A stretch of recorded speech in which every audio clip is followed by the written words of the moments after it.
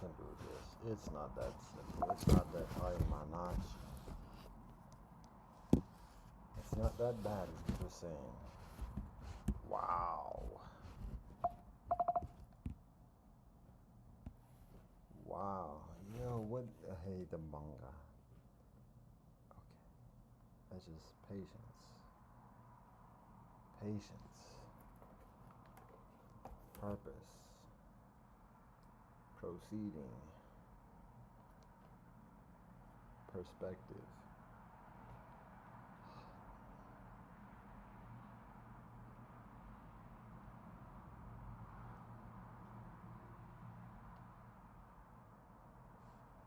But things usually work, and there's zero issue. Then all of a sudden, the gremlins arrive.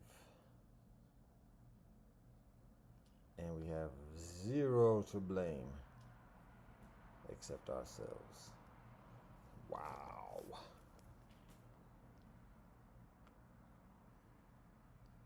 Okay.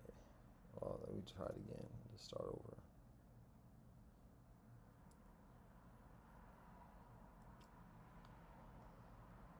Okay. What? Okay. Relaxation. Patience. Purpose. Proceeding. That's not it. There we go. There it is. Wow. Oh, okay. We don't do live no further. Wow. Okay. That's why it's not working. Well, now it's told. Didn't say that the first time.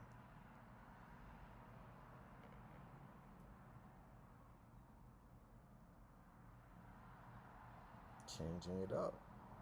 Okay. Regulated gremlins. So we don't have to worry about this. Cool beans. It goes back to a non-issue. Blessed love and peace. All thanks and praise to the Most High Elohim, known by many names and beyond all names. Rastafari, all our relations. Blessed love and peace. Juma Mubarak. Shabbat Shalom. Blessed Upasada on this sacred full moon day and the earth strong of Marcus Mosiah Garvey. We share some considerations for the liberation amidst the deliberation of the universal nation of all creation. What up? Okay, we're gonna start with some nitty gritty, and proceed into, God willing, the lighter, brighter sighter. So, all right, here we go. Just into it. This is a spiritual question. We begin with the spiritual question that I wrestle with for many years and arrive at a somewhat of an understanding. And again, it's not an easy joint. But we're just going to be candid about this and share. With thanks and praise to the Most High. Guidance, patience, prudence. Here we go.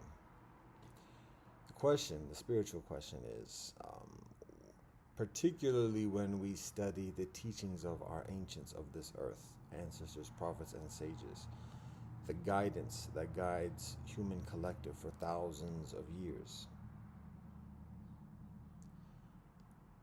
Amidst all of these teachings, for all these days, there is a recognition of the sacredness of woman, not necessarily doing a worshiping of woman or the divine feminine per se, just the simple sacredness of natural woman.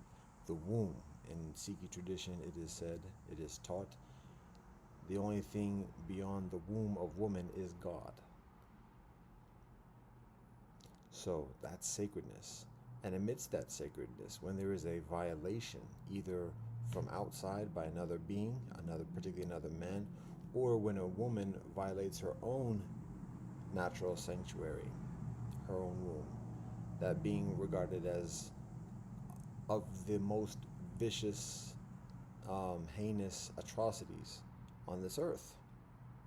Mother Earth herself being a continuation of the understanding of sanctuary. So that's something that's just one of the highest teachings and particularly earthly awarenesses. So the point here is amidst that, recognizing the sacredness of woman.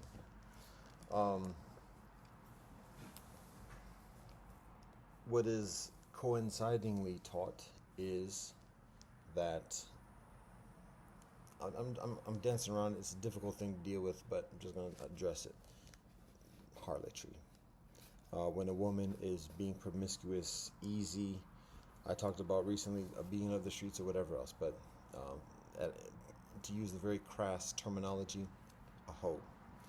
It's nasty. It's disrespectful, but at the same time, it's a disrespectful, heinous behavior and phenomena and experience, affliction and self-affliction. And so, one of the worst things a woman can be called, and one of the worst things any person can be called or accused of, is being a hoe.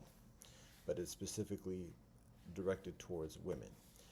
And so, okay, if that's the situation, if that's, again, around the world, if we see that, and why is that? Again, it's because it's not just a matter of a woman being promiscuous and this and the other. It's one, significantly the violation of her womb, calling into question amidst her having any children, who the father is. It just, the uncertainty within the virtue of a woman, and particularly the virtue of a mother, a more, calls into question just the nature of life itself for the children and for the people around the children who are born from this experience. So because of that, when a woman is behaving in a way that leads to that type of experience, she is significantly devalued, oftentimes killed, or denounced or otherwise. And this is all around the earth for thousands of years to this day. That's like the worst thing a woman can be called, and one of the worst things a person can be called, oftentimes even beyond just being a murderer or whatever else. All right, that's not necessarily the point, but just recognize, okay, if that's like the epitome of devaluation towards a woman, what would be the equivalent, the counterbalance, the yin-yang effect of the worst thing a man could be called? And that's the spiritual question that I wrestle with for many years. I mean, somewhat continually at the moment, but arriving at this somewhat of an aha thing. And it doesn't have this,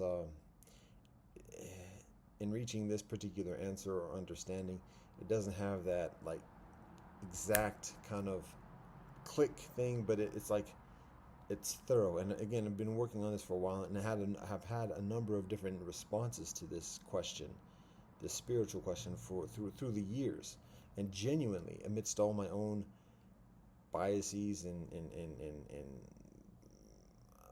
afflictions, atrocities, and whatever indiscretions that I commit in life, to discern what is the worst thing a man can be called in life, and to recognize, essentially, like, it's not the same thing as a woman. It's not the men and women have different natures. Men and women are valued for different functions and purposes in life.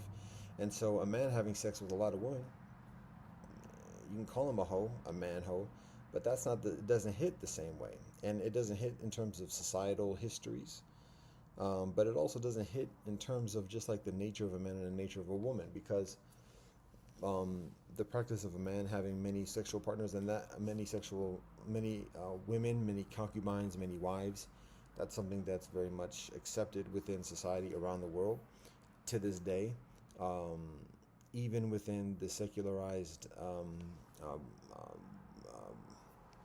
blind, narrow definitions of marriage and monogamy.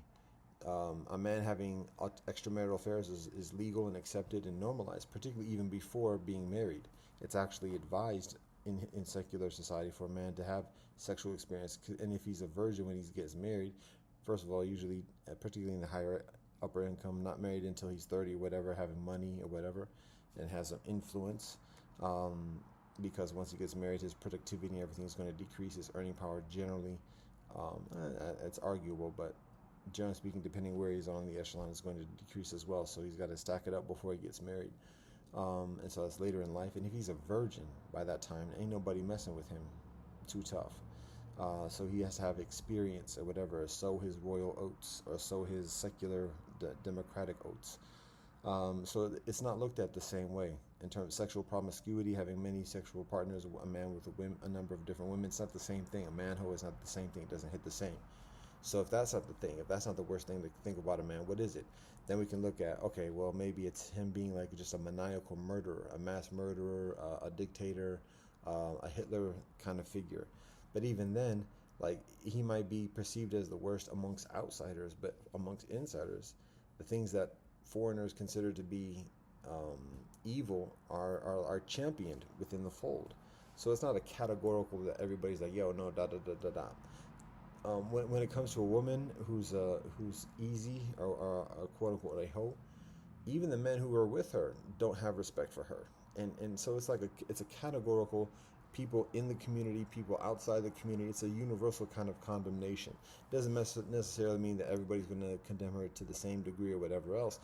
And often there's a further motivation of people who are in her community having a greater motivation for condemning her, punishing her, so as to distance the community self from her behavior, rather than it being large condemnation of outsiders. Outsiders tend to be further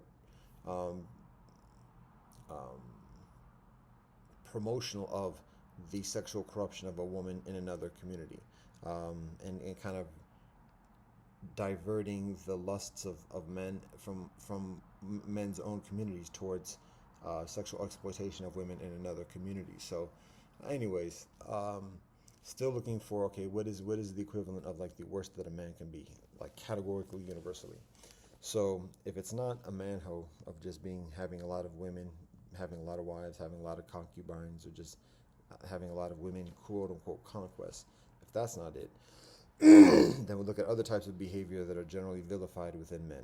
Violence, okay, but even then, that's not a categorical, like very easily identifiable, universally considered point of condemnation. Then we look at other elements. We can look at slavery, but then again, slavery, not all slavery is created equal. There are conditions, and even then, like some of the greatest stories of human champions come from those who are previously slaves. So, and it's only through the experience of enslavement that those stories and narratives of championship or championhood are attained. So, slaves are categorically devalued, but it's not an absolute kind of thing. So it doesn't. It seems to be further along the lines, but still it's a difficult thing. Anytime a man is subordinated by the will and the edict and the commands of another man, that's definitely subordinating. But at the same time, at some point, that slave can rise up and kill, overthrow, enslave the enslaver. So it seems to be further towards it, but still doesn't seem to hit as much until recently, amidst what's the I'm trying to think of what the recent I guess it's just a matter of looking at the internet and further reconciling what's going on with the internet, the exchanges, the power plays between men and women, between young and old, how sexual attraction and sexual exploitation are utilized amidst these leverages or whatever else, and it becomes increasingly aware. I'm trying to think what specifically was the aha joint or whatever, but the basic joint is this. It may be considered, and like I said, it's not an exact click kind of thing, but it seems to be along these lines, because it does incorporate particularly, it does incorporate the slave element, and it is pertaining to the sexual experience as well. I know what kind of leads up to the aha moment, but rather than explain that, I'll just say what it is, and then God willing, afterwards I'll explain like the steps that lead directly to that awareness. So this is the suggestion at this point. Ho ho ho, sleep in the eye. I actually did perform voodoo and Juma today, so like sleep continues, resilience. Um, so it's this, a wanker, plain and simple. Men who are wankers, that's the equivalent of a woman hoe. Um, Across the board, across the different cultures, a man who masturbates is seen as a loser, a man who can't get women. So it's not a matter of him having a number of women conquests. It's a matter of him self-abusing himself, and because he's too quote unquote pathetic or whatever else to be able to gain the affection or the attraction or the attention and relationship with a woman, and so expends himself, spends his own life force, his own seed, futilely, futilely, futility. Um, and so, whether it's people in the community or people outside the community, across the board, it's like loser. And that cuts across the bounds of poverty. I didn't mention that before, but that being something a man who's poor or homeless, a man who's a slave, and additionally, so a wanker. That seems to be like the universal, like the worst thing for a man to be. Um,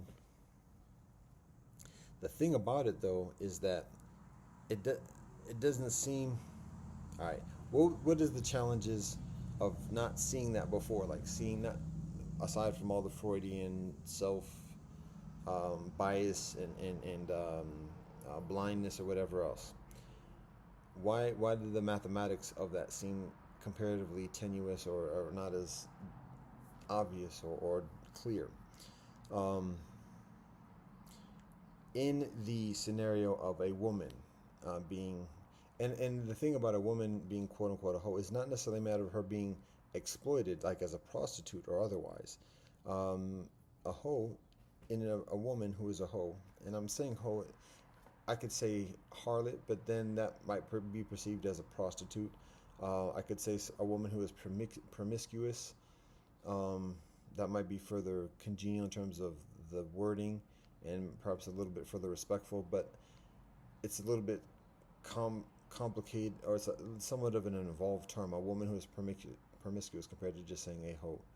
We're saying the same thing. It's different words, but it's the same thing. So for the sake of simplicity, I'm sticking with utilizing the term hoe, and I'm saying the word wanker in kind of like on equal footing. So when a woman is a hoe, she's not necessarily getting paid. Very often, she's not getting paid. She is giving of herself, the tremendous sacred experience of sexual intimacy with her, physical intimacy, just giving it away. Um, and there's a lot of connotation about why a woman is how she's seeking attention. She doesn't have the guidance of her father. A male figure that feels insecure, needs the attention of a man, is feeling lonely. All these different motivations, and particularly in what's heartbreaking for a lot of men is like when a woman is intelligent or when a woman is pretty and nice, and she like is like hits all the marks that a man is looking for, but then he finds out that a lot of dudes have been with her. And it's at once he sees her in a completely different light. He's heartbroken because he can't respect her like he did before. He can't respect himself for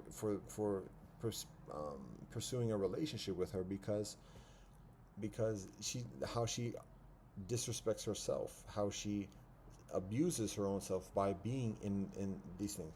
And we have to be careful because dudes lie on themselves, and so it's beneficial to just like not get caught up in the grapevine or whatever else. But when there is that situation of a woman just being known for being a hoe, it's devastating for a man who has an interest in being with her. And one of the things particularly, and this is kind of like exemplified in the film Boogie Nights, which I do not recommend people seeing, but it's basically a film about pornography. But the particularly pronounced scene is where it's actually an actual pornography star who plays the character, who has a husband who's in the pornography business as well, and she just keeps on having sex with all different types of dudes.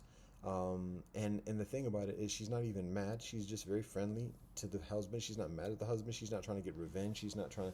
She just very very um, vulnerable to the suggestion of other men. She's very attractive, um, body, face, this and the other. Other men are very strongly motivated to have sex with her. Men have no scruples, and men know that she puts out, and so she's married and everything else like that. But men know if once they get her, they can get her alone in a room, even at the same party, literally where her husband is, they can have sex with her. And so, and she keeps on doing and doing and doing, and it's such a betrayal to the husband who's committed himself by being her husband and loves her and like sees her personality. And additionally, she's not even mad, she's not trying to get even, she's not trying to get revenge, she's not jealous, she's not trying to get attention. She's been conditioned into having sex with men, much like some women talk with men, and not thinking it any different. But in doing that, it's such a violation to the relationship she has with her husband that's supposed to be exclusive. And it's not just a matter of like exclusivity or whatever, it's a matter of nurturing and loyalty.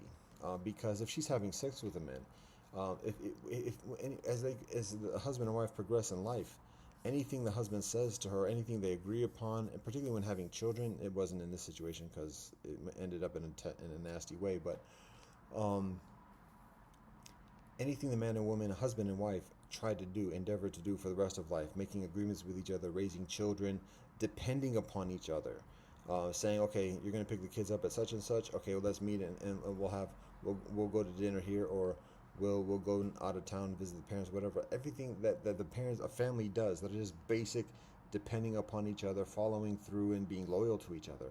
When a woman is a hoe and is susceptible to just following any other man, when he might flash some muscle, he might flash some bling bling gold or something like that, and then say, oh, let's go to the hotel, and she said, yeah, that's a violation of the trust, of the loyalty, of the dependence that the husband and the children have towards the wife. And so when a woman, when a mother and a wife have has that type of tendency of betrayal, it's self-abuse to her. And when others are attached to her, when others, a husband and children, are bonded with her and depend upon her, it doesn't just become a violation and self-abuse of her, it becomes becomes an abuse of the husband and the children as well. Not even just the reputation and disrespect that the rest of the community has towards her and her family for continuing to be in that way.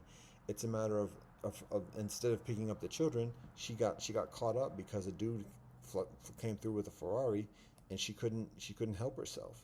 That's part of like the tenacity, the tenaciousness, that exists within the behavior of a woman, like who behaves in such a way. So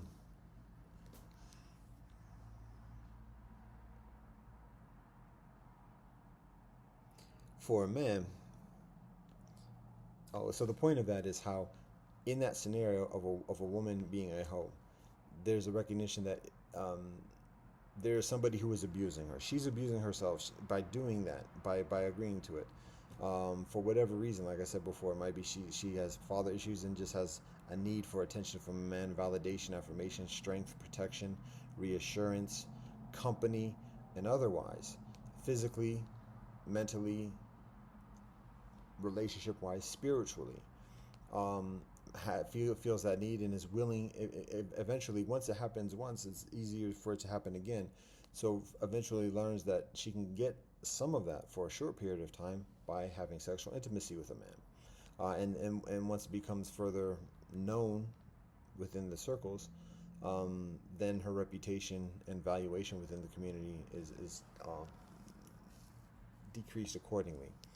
But she still has that need, and so it becomes generally a further kind of desperate kind of thing. That's a general scenario. There's all different types of nuances about that path. But the point is that there's an abuser. As she's abusing herself, there's a man who's doing it, or men who are doing it. And so it's easier to see that by definition, for a woman to be a hoe, she is being penetrated by another man, and that other man is violating her. So she's being self-abusive, but the man who is violating her is abusive to her as well. And so it's in that direct contact that the observer says, okay, that's what's wrong. That's the bad thing, quote unquote, or whatever else. The situation with the wanker is that wanker is self-abusing. A man who is a wanker is self-abusing, masturbating. Um, but who is the abuser? Who is the direct abuser? Who's doing it? He's doing it to himself, generally speaking. Although, if it's by definition, he's doing it to himself. So, where's the abuse? Where's the abuser? Who is the abuser? Who is the direct abuser when he's doing that? And that's what's difficult to, I guess, it's not as obvious, it's less obvious to define and to evidence.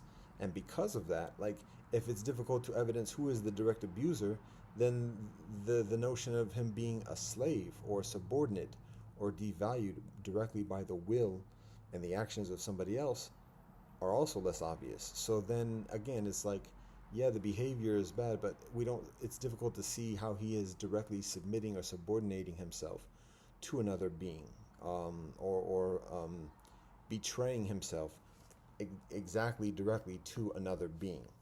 And for myself, that's one thing that was difficult to discern as like an equivalent compared to a hoe, and between the example of a hoe amongst women. But in looking at the internet and further studying and experiencing the manipulation and all the intricacies of behavioral control, um, and subordination and devaluation and greater thans and less thans among the internet. We're talking about the algorithm. We're talking about the just the prompts for participating in things, all the prompts for submission, agreements to abide by policies, to just participate and get access to software or whatever else. We're talking about just the whole power dynamics of social media with followers and influencers and chat rooms and all these other things, and they're comparatively arbitrary standards whereby it becomes just a whole lot of dictatorships, and particularly women dictatorships, because women seem to have a much further prominent role in the subordination and exploitation mechanisms of the internet, at least in a personified way. Men may be very, very present and predominant in terms of the programming and things that are subtle and just like the unseen type of stuff, parameters and mechanics that are subordinating. But in terms of the face, it seems that women are significantly, predominantly, by a large number. It's not a large percentage, but it's not even a large percentage, but just by a large amount, the precipitators or the purveyors of exploitation on the internet. And that's not hating women, it's just making an observation. Women are beautiful and sacred, children of God. They're just making an observation. So anyways, in this sense, for a wanker, like, who's abusing him directly? He's abusing himself, yes. And he can be seen as a loser for abusing himself. It's self-affliction. He's expending his seed, which detracts his life force, and the people who love him and are supporting him, and the life that supports him, are being expended when he expels his seed. So it's a devaluation. It's not even devaluation. It's a degradation. It is a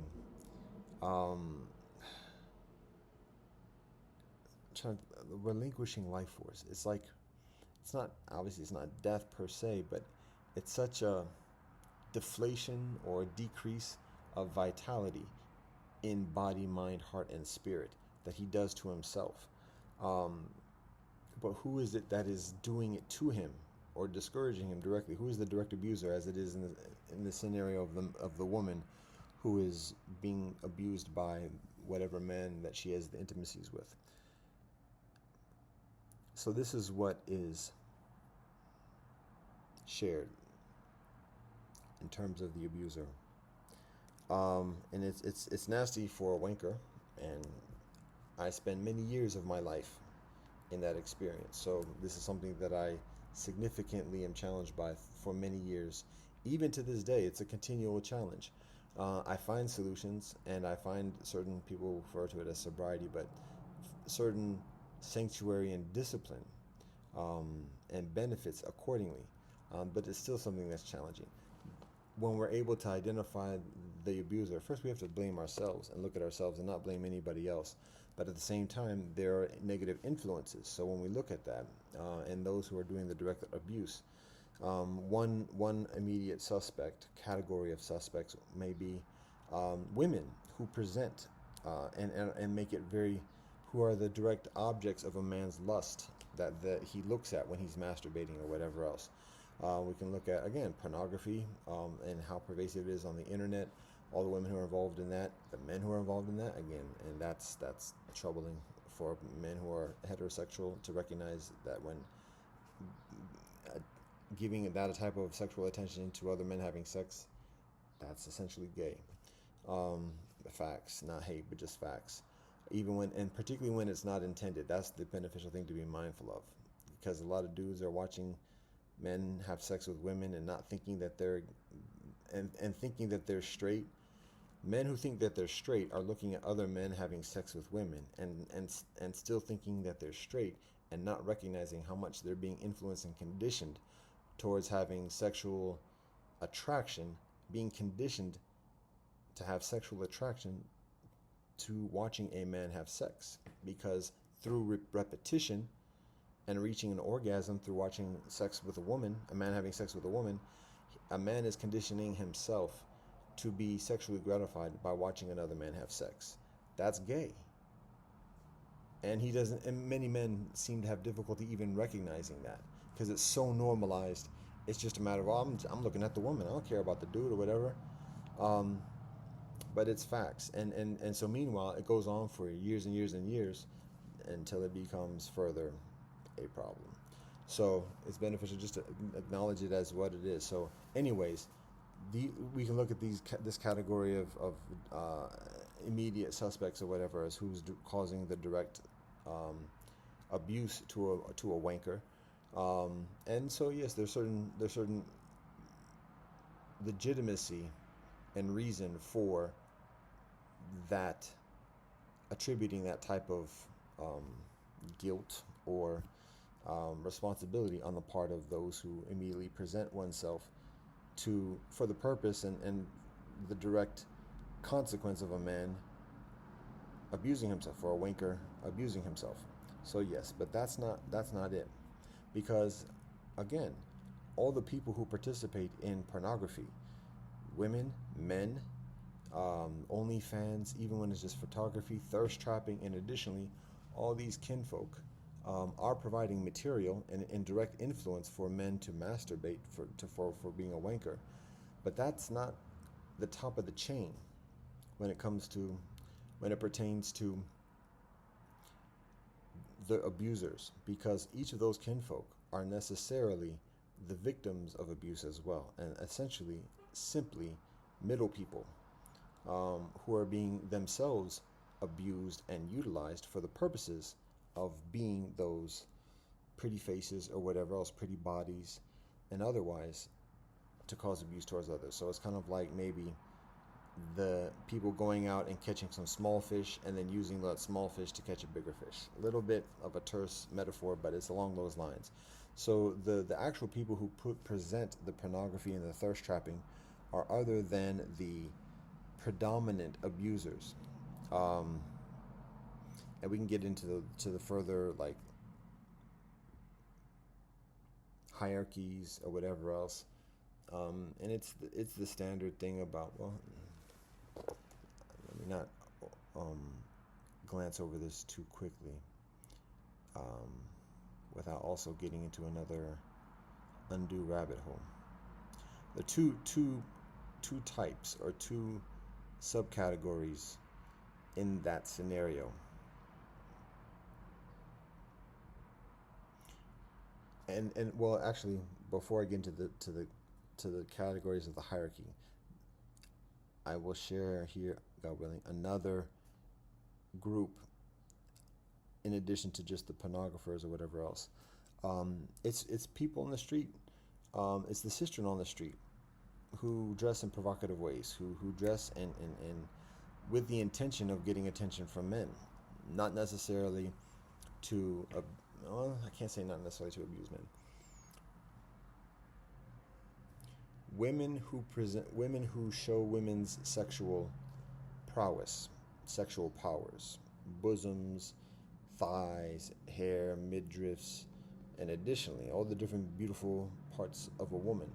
Women who dress in that way to present that way do it for a number of reasons, a lot of which is simply getting attention from men, one way or the other. However, women parlay that, whether it's job, whether it's status, whether it's leverage to get a relationship with another man, because men tend to be sheepish, and when a man sees other men coveting a woman, then he himself finds greater value in her. So when a woman presents herself in a way that gains the covetousness of a number of men, the man she's actually looking for often may have often has a greater value for her accordingly. So there's a lot of motivations for women to do that. However, this is the thing: when she does that, she is becoming often deposits within the spank bank for wankers, meaning that she's turning men on, and that turning men on is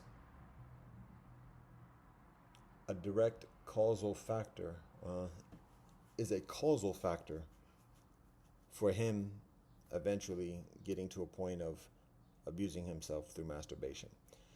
He gets turned on. Men are weak in many ways, and when a man is turned on, it's difficult for him to be disciplined, and not abuse himself. So that is a causal factor.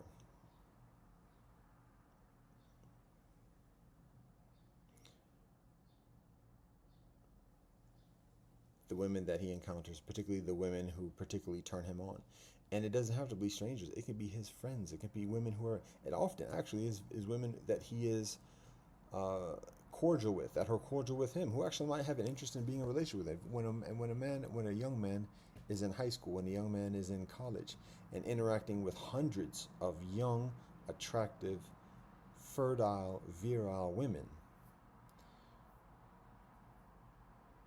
it fills his mind.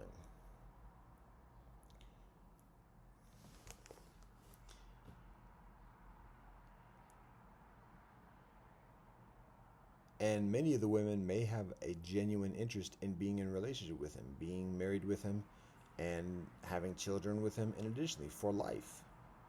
And in order to do that, dress in a way to get his attention.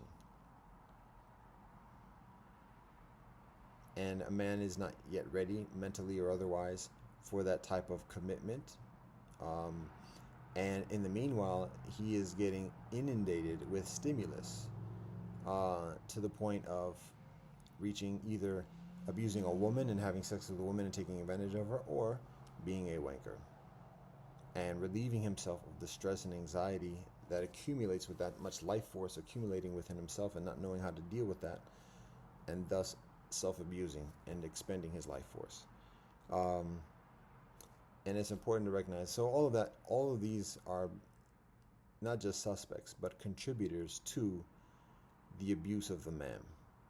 So it's a little bit different than the woman, a hoe, who is directly abused by being penetrated by a man, and then a number of men during a longer duration.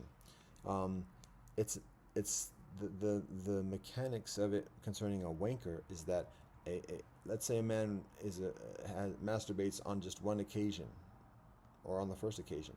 That first occasion is the accumulation of the different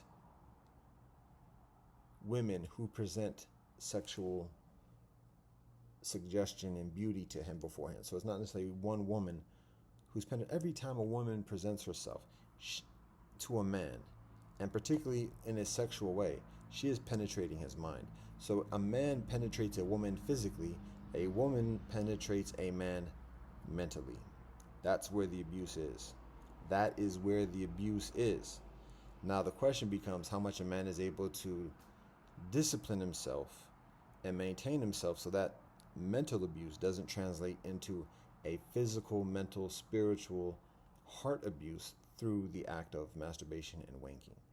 That's for the men, but men are weaker than women and men are increasingly susceptible in certain ways, in different ways, to the mental penetration that women have when presenting that sexuality. So, anyways, point being that when a woman has sex with a man, that man penetrates the woman, and that act is what makes the woman a hoe, and particularly when it's volitional and continual with with a number of different men.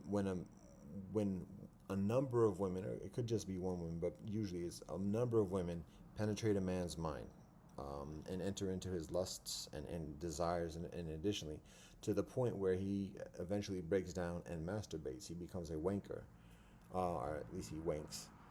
Then all those women who contribute to that are the abusers of that man, plain and simple. And that's difficult for a man to see, because most of the time women are those women aren't violent. A man is not naturally attracted to a woman who's violent and threatening him. He is attracted to a woman who's smiling and who's friendly, and pretty, and additionally, and presenting in that way. So for a man to see such women as his abusers is very extremely difficult. To this day, the most grown of men, it's difficult for men to see such women as his abusers. But it is facts. And it's only the women who love him, who he doesn't lust after, who he doesn't think about, who don't lead him into that self-afflicting behavior of wanking. Those are the women who are supporting and defending him in his mind, in his struggling, his wrestling against the undue influences. And again, at the end of the day, in each day, he only has himself to blame. It's life. This is what it is. And so it's for a man to find that discipline within himself. Again, guarding the modesty, not indulging in the beauty that is seen, because it is devastating. And he only has himself to blame. But when we recognize the causal factor and the contributors to that, then it's easier to see the abuse. It's easier to see the harms in the experience of the wanker, and how that is the equivalent of a hoe.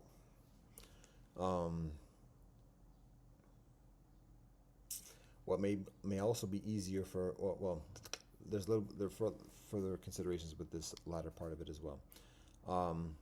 So eventually, when a man is outed or identified as a wanker, that's similar. Again, we go back to what we recognized before in terms of just people seeing a wanker as a loser. Oh, he can't get a woman, da da da da da. But that's not it, because it's not only a matter of him being seen as a wanker and a loser or whatever else, but now people know, oh yeah, he's weak.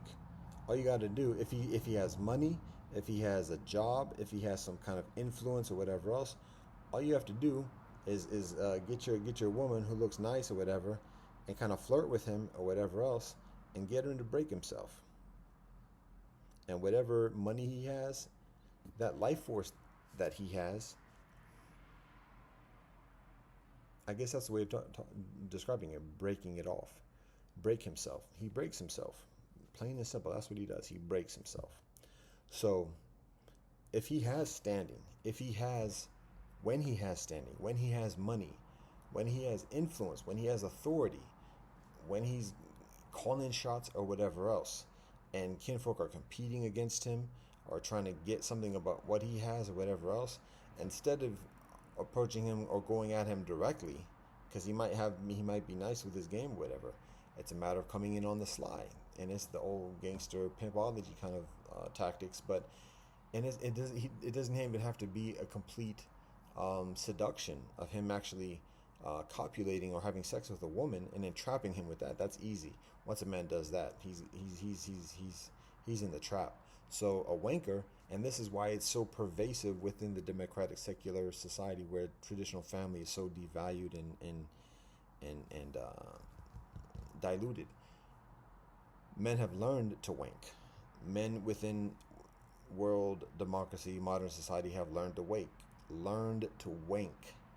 Because even when he's breaking himself in wanking, he's not breaking himself as much as he would otherwise do if he were having direct sex with a woman, because the price and the cost of that is way higher.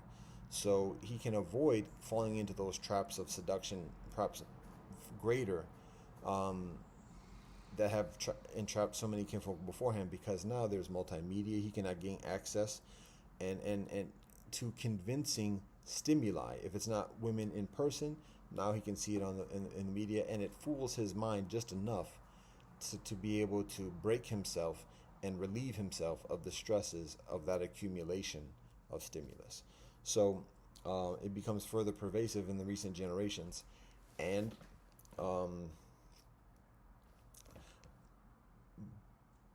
yet he is still, as my explanation of that was a little bit undoing of what I was saying before, but my point of this particular segment is, when we look at the causal factors, the people, the women who are turning a man on as being a causal factor, and I was talking about how once a man is known for being a wanker, then how easy it is to abuse him accordingly, because just get a pretty woman to flirt with him, to give him some attention or whatever else, and whatever stronghold he has, he can be expected to break himself, weaken himself, and deplete his life force.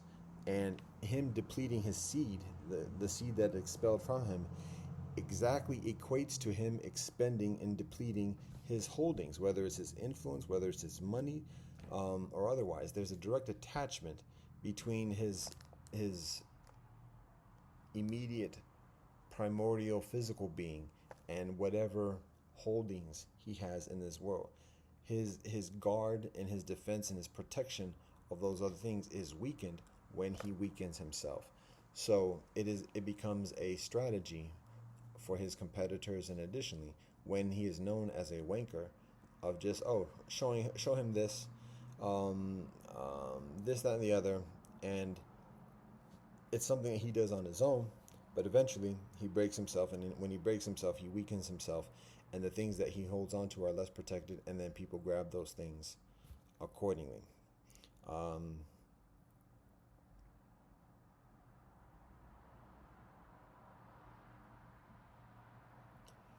So, recognizing that, what's beneficial for a wanker to wake up to is that there is there are abusers. There are people who intentionally abuse a wanker. There are people who intentionally manipulate, gaslight, and set wankers up to break themselves, to break oneself. And it seems that it is easier for a wanker to defend himself, to be encouraged to cultivate discipline and otherwise, when recognizing that, because other than a victimless action or whatever, that not only is he hurting himself, but he is actually subordinating himself to the adverse influences of those who are intentionally endeavoring to manipulate and lead him into wanking. So it's not just a lot of times wankers hold on to this notion of individual sanctity and self-control and independence, and not having to answer to a woman, not owing anything to anybody or whatever else, and it's all one's own personal volition. And when anything suggests otherwise, that provides motivation for a wanker not to wank, because then it's not just him. It's not a matter of him just doing something for his own purposes or whatever else. But now he sees that, wait a minute, his wanking is actually like weakening him through the intentions of another man. And if it's when it's another woman, it's still another man using that woman to get at other men. So when a wanker sees that, then there's a greater motivation for a wanker not to wank, because it's seen as not just a matter of him doing what he wants, but now his wanking is actually submitting himself to the influence and the antagonism of other men. So and all of that exists within the general consideration of a wanker being a man hoe, the male version of a hoe.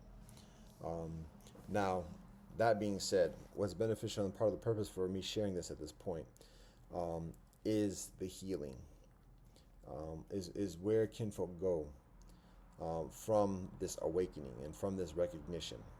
It's very difficult. There's a saying in street culture, whatever it is, you can't make a hoe into a housewife, and that's exactly what I'm saying in terms of what I was saying before about the example from the film Boogie Nights. And again, I do not recommend seeing that. Um,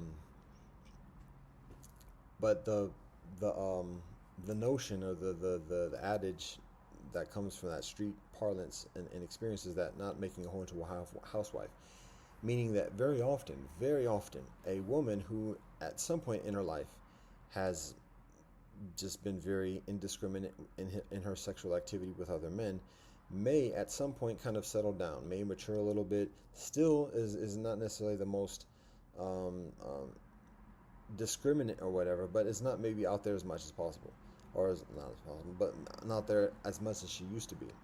Um, and the whole thing is that at the same time, she's still very nice. She's very friendly. She's much friendlier than other women who are very judgmental and just like are shut men down from the beginning. She's friendly. She's talking. She can be very intelligent. And additionally, she seems like she's the whole package. She might even be able to cook and keep house and be nice with children even. Very often women who are very promiscuous don't tend to be very well with children. A lot of women have actually like taken a vow, essential vow or something to that effect of like not having children, not being with children, and that's a whole nother nasty thing. But when in the scenario where a woman is that way, but she's still a hoe, she's still like her standards might be raised somewhat, but she's still like of that kind of thing. Men warn other men not to try to like have a relationship with her because um, she's nice and she seems like the full package, but her loyalties are still not with any particular one man, even though she may want to. And additionally, so it's a very difficult thing. It's not an absolute, but that's the adage on the street: can't make a hoe into a housewife. And it, particularly, a man might meet a woman, know a little bit about her reputation, whatever, but not condemn her immediately, and then after a while she kind of like lights him up, charms him or whatever, and they might go on a few dates or whatever, and eventually he has sexual intercourse with her. And when he does, he catches feelings, and like it's like nothing he ever experienced before in life, and so he wants to do the honorable thing and lock it down and everything else like that. um, and she is like showing interest in like support for that, and additionally, but she doesn't have the discipline or the experience or the guidance to be able to do that. What she knows in her life is being a hoe, and so she might say she's willing and she might make promises or whatever else, but eventually, particularly like when that scenario happens, what generally is that other men catch wind of it, and now she becomes further attractive to um, bigger cat on the streets or whatever, who have bigger bling bling, and wouldn't have looked at her before, but now she's showing prospect of like domesticity and like, oh, another dude's got attraction. Dudes tend to be very small minded when it pertains to valuing other women based upon how those women are valued by other men. So the dudes on the streets, the higher dudes might not have given her attention before, but now that she's kind of like showing, oh, she might be like linking up with this one dude and like sealing the deal, then she becomes further attractive. She was always attractive, but now she's not. The fact of her being a hoe is less amount. Now she becomes like a trophy. It's like, see if the dudes can get her, and again she still has that susceptibility of vulnerability of of of acquiescing to somebody who just flashes her the things that make her weak. And so even though she's involved with the dude who's showing her love and preparing and wanting to be settled down and have family additionally, the flash comes through, and it's devastating for the man who's like, wow, how could she do that? Like, I've given her everything I thought I could give her, and like she's not mad at me, this and the other. I haven't done anything against her. She hasn't done anything outside of that against me. We've talked, we've had deep conversations, and all of that, she just like gave up just to for that one time with the dude, and it's extreme pain. And that's why the adage is you can't make a hoe into a housewife. Now, even though that is the adage and that is the street wisdom, and there's validity to that, again, the higher teachings of our prophets, ancestors, and sages of the earth, our ancients, teach us that every person is a child of God and every person has the propensity for redemption. So every person exists beyond categorical and absolute condemnation. Everybody has the propensity for transformation. As it pertains to a man, being in a relationship with a woman and having concerns about her past and her tendencies or whatever else, it's not a matter of the man trying to change the woman at all, about nothing. It's about him cultivating proper discipline within himself. And even if he's a virgin and like doing everything that he can, whatever in this life for himself up to that point, and being in a relationship with a woman who has a questionable or adverse kind of history when it pertains to sexual interaction in relationships, he's doing everything on point up to that point, which itself is extremely difficult, but let's just presume that's the case. Even then, and him being in a relationship with her, he has to step it up even further. And it's not a matter of being commandeering and say, oh, do this, do that, do this, do that, do this, do that. But it's a matter of understanding what her needs are and dutifully attending to her needs, not stringing her along, and not just doing a little bit of an inflated version of what she's already experienced in terms of a very attentive boyfriend or whatever. But it may require locking it down immediately, marriage up front, living together up front, and yes, being present, knowing where she is. And it's not a matter of like trying to master over her or whatever, but it is relevant to know where she is, so you can trust in her, she can trust in herself, she can trust in the brethren, she can know what it is what the daily life is of being disciplined and otherwise. So that's how to make a housewife. Let me tell it, I have yet to do that myself, but that's what the ancients teach us. That is the wisdom. Now, when it pertains to a man-hoe, a wanker, becoming a husband, how would that done? There's a butterfly a minute ago, and now I don't think that's a hawk. It looks like a vulture. Well, that's a very beneficial question. How to make a wanker into a proper husband? We'll say proper husband's housewife and proper husband. Well, we can look at what the mechanics are of a proper husband. He provides materiality for his family. He has a house, shelter, not necessarily a house, but shelter, proper shelter for his wife and his family to reside. He has provisions. He has proper relationships with the community and with society to be able to effectively function. And continually, day after day, week after week, month after month, year after year, generation after generation. So, and there ain't no guarantees, and it doesn't have to be rich and bling bling in it, but he has enough that is satisfactory and proficient for his wife and for his children. He has a pragmatic knowledge of how to procure the things that are of necessity. He has some knowledge about, anyway, there are obviously a lot of different characteristics and qualities that go into a proper husband. So for a wanker, what's the difference between what a wanker has and a proper husband? Well, one of the things about the experience of the wanker is to recognize that beyond just being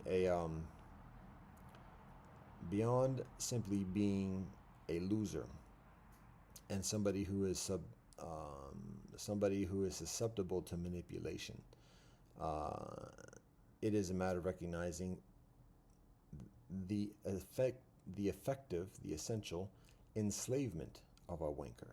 How a wanker is categorically, definitively subordinated, essentially by his own doing. And so for a wanker to become a proper husband, it is a matter of him one, disciplining himself and stopping the wanking, um, but also recognizing his circumstances of enslavement, his susceptibilities to the undue influences, and the establishment of security for himself and for the kinfolk, for his wife and children. So that's the basic joint. Him going from enslavement to awakening, and again, he could be homeless if he knows how to work it. That it is what it is. Um, and he finds a woman who's of the same similar type of walk. There it is. Homeless. I mean, it could be living on the streets, living in a car, living in a Winnebago. Let's use a proper term, Winnebago. Big up indigenous. Right, bingo. We're gonna have to pause on this. Okay. All right, I'm gonna wrap this up because we've got attentions now. He could live in an RV and be homeless, and find a woman who's on that same path, and so boom, there it is. Living in a camp or whatever. So it doesn't have to be affluence, but it does have to be a knowledge and an ongoing arrangement of well-being.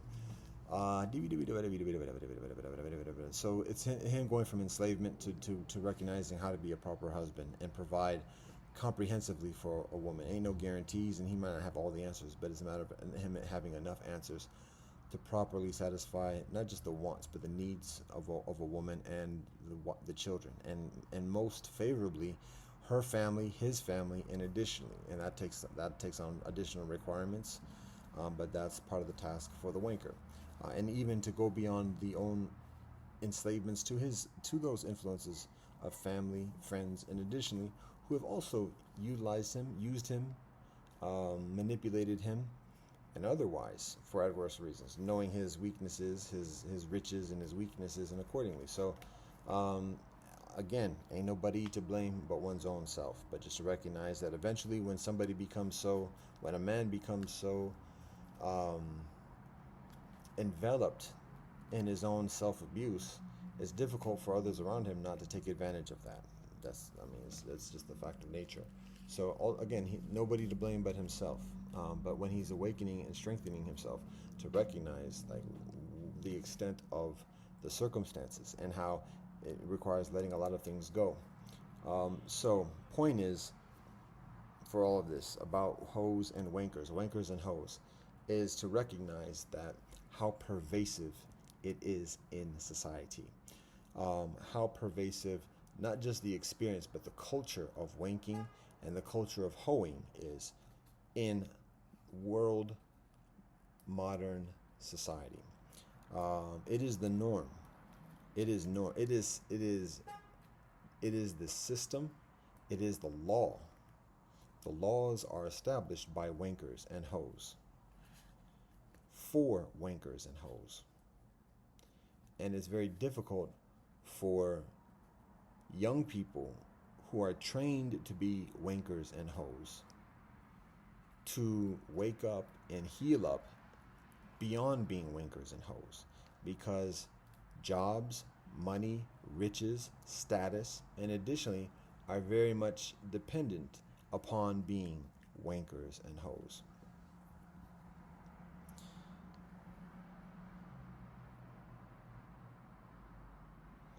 And we're supposed to get into the healing part.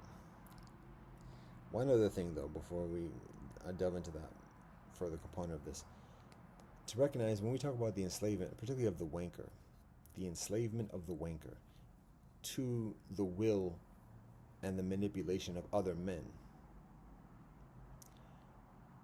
it exists in a bodily and mental way, mental manipulation, but it exists in a further heart relationship way involving families and civilizations and ancestors. It's deep and spiritually.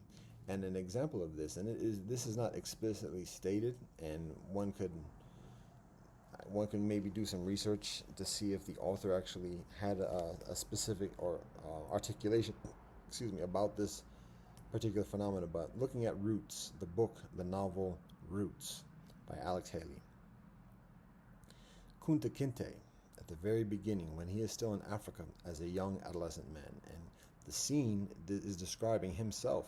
Well, it begins with him being born and him being named, but then it continues on to the point where he is an adolescent growing up in Africa. And this is the forebears of Alex Haley when he does the research into his own family, inspired by the narrative and leadership and teachings of El Hajj Malik al-Shabazz Malcolm X. So it's a strong lineage with this, even amidst it getting very appropriated within mainstream culture. Still a very strong narrative that has a lot of substance in a civilizational and spiritual context. So that being said, Alex Haley, when writing this novel, that is a rendering of his ancestral autobiography, he's talking about Kunta Kinte growing up as an adolescent in Africa. And at one point, Kunta Kinte is in the field. There's a young sister in the village nearby that he has interaction with, and he's physically attracted to the point where Alex Haley describes in the novel Kunta Kinte eventually masturbating for the first time to the thought of this young woman in the village that he knows. And it is exactly, if I recall correctly, it's exactly as the Bedouin is in the process of wanking or in the field by himself in a similar context, perhaps on another occasion, that he is captured by a rivaling tribe who puts him into captivity and sells him off literally into slavery. And so that is the anecdotal kind of sequence that is described in the novel Roots. However, and again, I abstain from hearing specifically Alex Haley or reading anything about Alex Haley, saying anything about the intentionality of this correlation. However, it's very beneficial to recognize that how the act of masturbation causes the effect of that is the effective enslavement of the wanker. And one might say, oh, it was just a happenstance, and it's only a fiction anyways, a fictional rendering of historic facts or whatever that Alex Haley is writing about. But it's the primordial description of the breaking of oneself, a man's self, when he masturbates, the relinquishment of life itself, the giving up, the submission, the futility of spending his own seed, knowing that it's not going to lead towards the birth of another being, and being overcome by his own lust for a woman to the point of him expending his seed, and very often not being told about the importance of his seed and the dangers, not necessarily like an explanation of all the dangers or whatever, but just to know that not to do it, because that's what the ancients teach us as well, not to waste his seed. Many men don't have that education when learning as an adolescent about when receiving the seeds, and so because of that and not knowing the value, and I include myself in that description. Once receiving seeds, once going through puberty and start producing seed and semen, not having been taught about the sacred primordial nature of seed and the importance of retaining it, being further availed towards wanking. And the thing about it is, many young men are taught about not to masturbate, but not because it's a wasting of seed, but just that it's seen as a weakness. And indeed, even through this day, through this generation, many men, and when I'm growing up, many men are told and taught not to wank because that's a loser, that's pathetic. But at the same time, it's okay, and it's actually expected for a man to have sex with many women. So it's not a matter of him losing his seed, because he loses his seed when he has sex with women. But as long as he's conquering another woman, as long as he's asserting himself in a sexual way, his expending his seed is less consequential, as long as he's wrapping up or whatever else. And so even in that, a wanker, as myself and as an adolescent at that time, looking at, okay, well, then it's comparatively inconsequential. Wasting seed is wasting seed. Didn't even have that mentality at that point. But when we do have a knowledge about the value of our seed within our seed, then there's further motivation and foundation for discipline in retaining our seed and devoting our seed in an increasingly proper and fertile and prosperous way.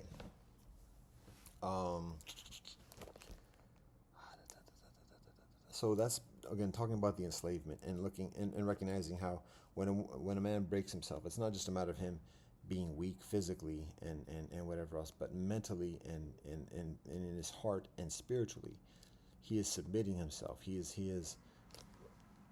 is breaking himself in all those respects to the world, to the universe, and particularly to the people who are manipulating or who are intending that type of for him to break himself. Um,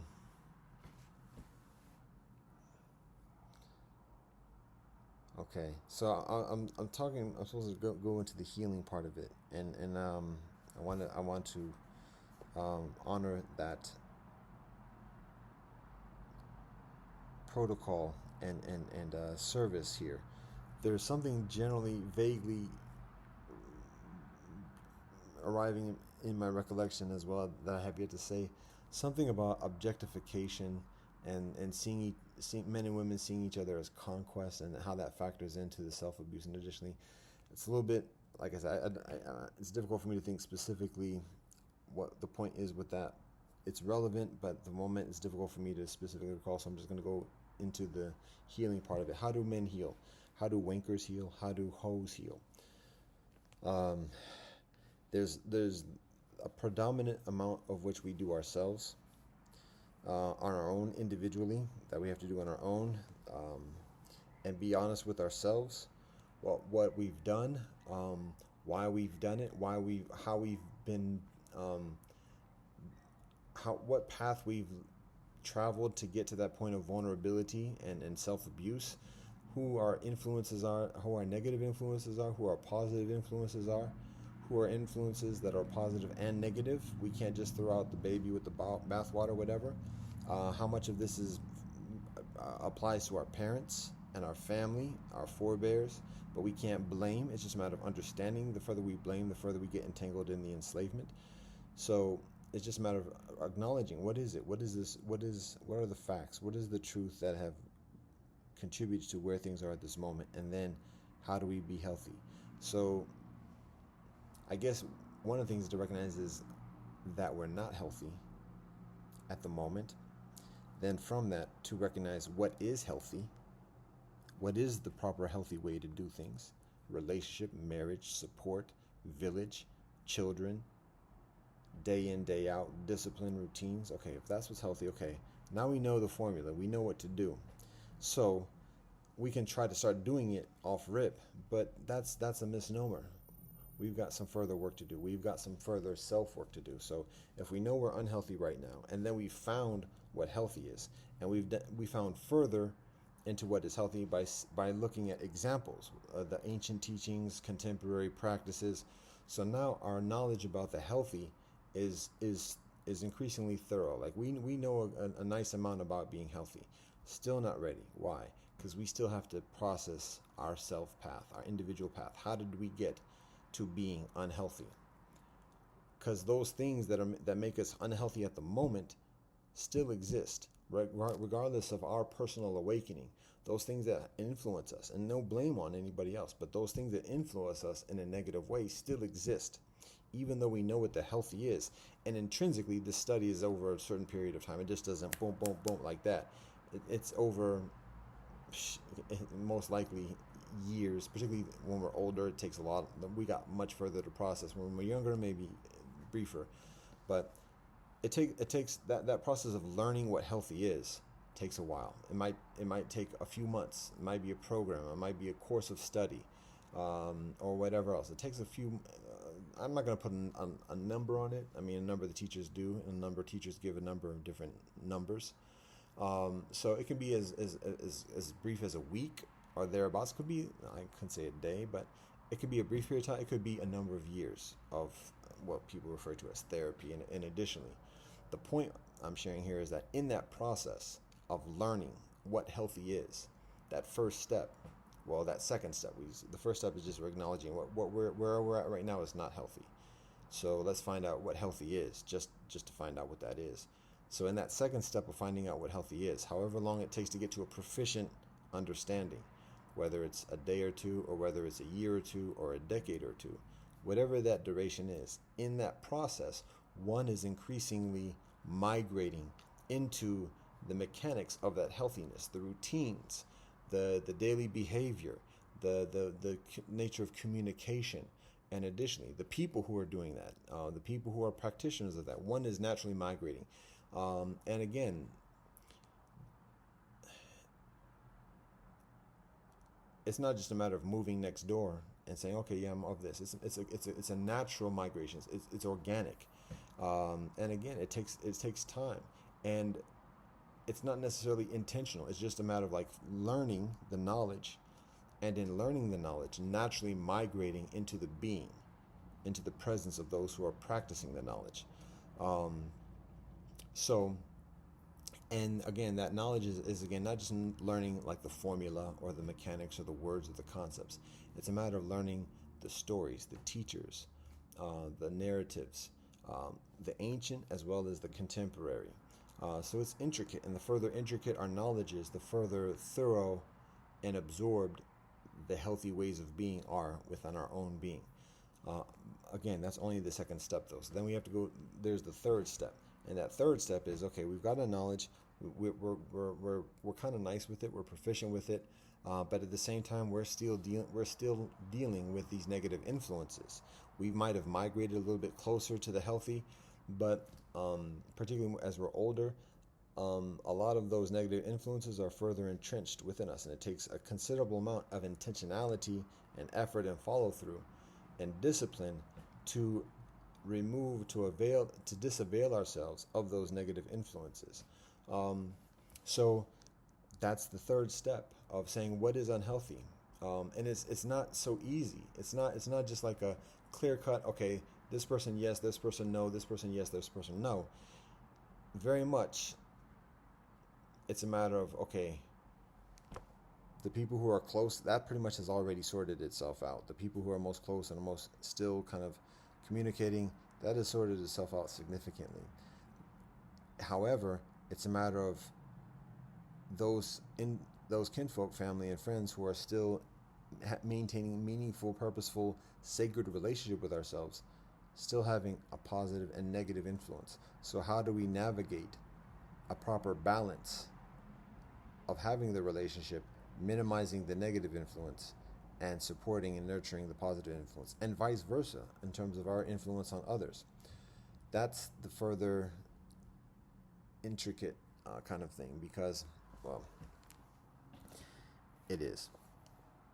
And it's not easy, and I'm precluded from giving a definitive answer for that, because everyone is going through that one way or the other.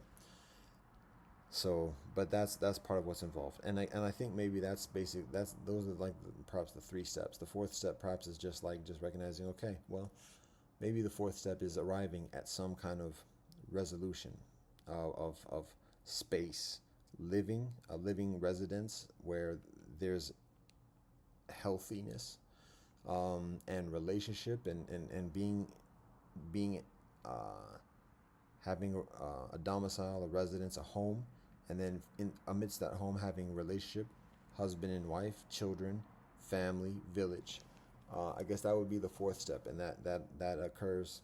I'm still in the process of looking for that, but it's in a proficiently healthy context, a healthy physical environment that supports the healthy behavior. Food, communication, shelter, clothing, education, the whole gamut. All right, I'm recognizing my energy is a little bit waning. I have some attentiveness. I have things to attend to. But that's my point. Is just to recognize of this part of the joint. Is to recognize that how pervasive wankers and hoes, how pervasive wanking and hoeing is within society, and how much healing is necessary within society from previous experiences and behavior of wanking and hoeing. And for those of us who are significantly entrenched within the behavior and the culture of wanking and hoeing. To acknowledge this, to be honest about it, to recognize it as unhealthy and be honest about that, to find, according to whatever rings true to our own respective selves, what healthy is. And in finding that, going back to where we are and discerning how we're migrating towards the healthy, and then how we migrate the healthy within ourselves and our ongoing relationships of positive and negative influences, and eventually arrive literally in a home proper that is healthy. Arrive in a healthy home where we're able to practice these healthy ways, our healthy ways, and amidst our healthy ways, be in healthy relationship with others, full stop. And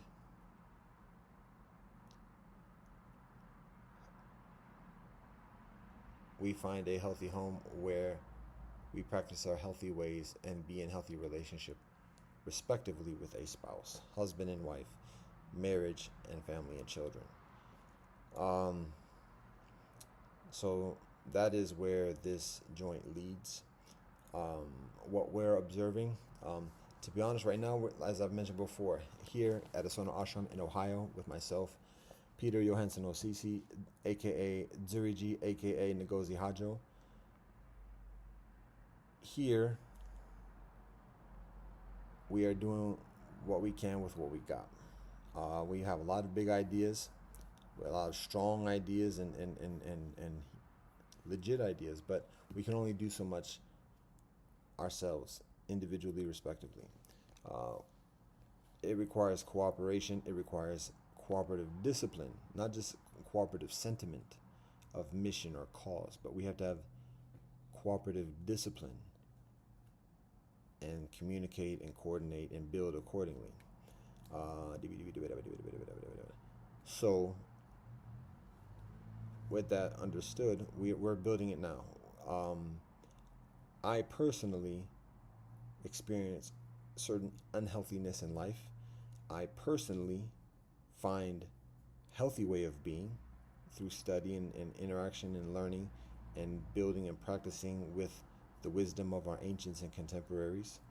And I go through the process of evaluation within my own life of how to migrate closer with that healthy way of being, and how to migrate that healthy way of being within myself amidst the negative and positive influences within my life, family and friends. It's an ongoing process. As it pertains to the fourth step of residing within a healthy home, make a number of efforts in that respect and continue. It's a continual life process. Still working on marriage, but I personally am resolved, like I said, of being where I am and doing as much as possible where I am right now that I can do myself. It's very difficult to make contracts and make long-term compacts with others who are, one, still very much attached to the imperialism and the influences of the imperialism. So it's just difficult, not hate, but just difficult, because once imperialism, the imperialist mechanisms get a whiff of the compact, or perceive the compact as an increasing liability or threat, then it's undermined, and it's difficult, and it's not the volition of the people that we work with. It's just like acquiescence to the conditions, so it becomes difficult to do long-term planning. So because of that, we're building where we're at with what the circumstances are. That being said, what we're also receiving is from the side of the imperialism, and additionally, is the prospect of moving nearby, outside the city, in a comparatively rural area, and setting up shop there. Not for our own selves. I personally left here a few years ago for political asylum in Denmark because of reaching a threshold of diplomacy on this land, and I'm brought back here beyond just the powers of Denmark or the United States, but by the world society and the earth, for many different and higher reasons. So being here, even in being returned here, I actually left here a couple of years ago because the streets was coming at us, and it wasn't a matter of being fearful of that, but it was a matter of us being fearful of what we might do and the harms we might cause, and regardless of what happens to us before or afterwards. But we have to. Our patience were being tested just a couple of years ago, so I left here lightweight for a period, and returned here. So now we're here, and there are challenges. They're ongoing challenges, somewhat different or developed or evolved challenges. So it's not a Shangri-La. And since being back here, I've been hit by a car, broken or fractured vertebrae, smashed tents. So there's still hecticness. However, that's not a reason for us leaving at this point. Wherever we go, there's going to be static or whatever else. What is precipitating the consideration of us actually leaving here now is actually the need that the world has for us establishing this village, this physical way of being, healthy, so that the world can see it and actually believe in it. That's not just some eccentric dude, gray bearded dude or whatever, talking on the digital sphere, whatever. But it's an actual village. People can see it. People can see the relationship. Oh wait, he's married. He has children. Okay, wait, he's not just some fanatic. So it's not just a matter for us doing it for our own well-being or for our own cause, or whatever, but that the world actually needs this. And imperialism actually acquiescing, but it has to be done in certain ways. And so we're negotiating that, and we're so, because right now we personally have little. We and myself personally included have little motivation for moving where we are, because I grew up here, and I'm born and raised here. This is where I grow up. So if anything, I have a relationship with the waters. I have a relationship with the trees and the animals, and additionally, and even just moving outside the city, whatever, it's not a big change geographically, but it's not the lands that I walk. I know the streets. I don't know the names of all the streets. I know how the streets are laid out, though. I know the buildings. I know the histories. I know the peoples, and there's a credibility. There's a continuity. There's a service that we provide when being here. So that continues, and that's one of the reasons why there's little motivation amidst everything that has already happened and is ongoing. There's little motivation for us to leave. There's strong reason for us to leave for a number of reasons, but there's little motivation. When we get calls from the larger community for a larger purpose, immediately there's a certain amount of compulsion. We have yet to have that outright call at the moment, but we're receiving some overtures along those lines, and it's not threat, it's not negative, it's actually a benevolent cause. It involves at the moment a methodology that avails myself personally to some challenges in terms of being locked up or whatever else, and we're not trying to do anything in an antagonistic way, but the system is just very rigid, and it's very the system is very debilitated in attending to what the needs of life is.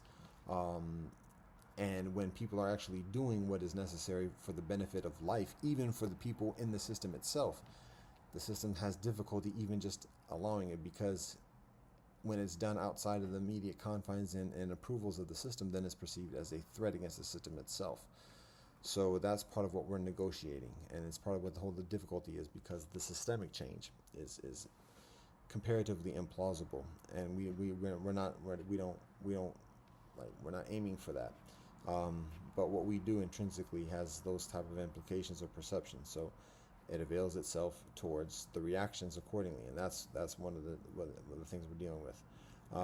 I've dealt with that for over 25 years, so it's nothing new. But at this point, it's not for me to do personally. I'm not the young buck to be doing that as I do before, and it's not a matter of like generals not going through the challenges and sending out soldiers to do the dirty work or whatever, but it's just, I've done it for 25 years, and I've given up a lot of myself to do that in terms of having family and additionally. And so I'm at that stage where, okay, now it's time for family serious and for marriage and children. So we have to be mindful of myself, and particularly when other kinfolk aren't taking up the same risks and are spouting proclamations or whatever, but not putting up the same way. So anyways, that's some of the things that we're processing. But that's also the example of an answer, a solution for the wankers and the hoes, the wanking and the hoeing. Um, there's something also important for me to share as a healing thing. Um, it's a difficult topic to talk about and to concentrate on. All right. Wadi, we're at, okay. 2 hours yet? Or 1 hour and a half, okay. I think what's important when speaking to kinfolk enveloped in hoeing and wanking is to emphasize that there is solution. There is healing. It is plausible. It is available. It is possible. The ongoing, continual experience of healing, of going beyond wanking and hoeing, is possible and plausible.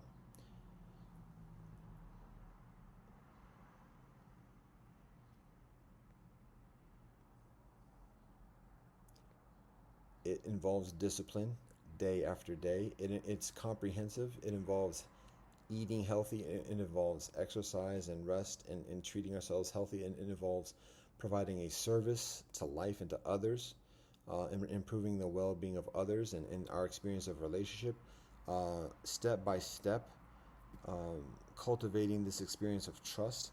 And it's different for men and it's different for women. For women, women have a need of finding men whom women can trust. And that's probably a topic to talk in further practical, like helpful detail at another time, just to lend myself particularly to that mindset, to address that. I'm comparatively unavailable to do that at this moment, to get into the details of that. And I know it's beneficial because it's oh yeah, be healthy and be around people trust. How the fuck do you do that? What are you talking about? Because kinfolk is going through this experience of extreme deprivation of trust or even affection or love to anybody. What you talking about? Loving somebody, trusting somebody? Shut the fuck up. I don't hear this bullshit. And how do we go from that to the next step of like, okay, well, I gotta go to the store and I gotta trust that this food isn't poisoned, and I gotta trust, like, I gotta fall asleep sometime, and I gotta trust, like, in something greater than myself just to keep me going, whatever else. How do we translate those very basic, minimal kind of joints to something that's further proficient and that we can trust within ourselves? Again, I say to many kinfolk, I trust God 100%. I trust ethics and principles about 90%. And I trust myself about 50%. So when it comes to anybody else, we're working at about 25% or thereabouts. And that's on the high end. Now, that's nothing derogatory. That's just facts. And that 25% can be all the world, particularly in certain occasions. But it's a matter of just ongoing, like, that's what it is. And maybe that's one of the reasons why I'm still single, effectively. So as it pertains to building relationship and building trust, regularity, following through with what we say we're going to do, being careful of what we say we're going to do because of the responsibility of following through, not making excuses, not taking for granted,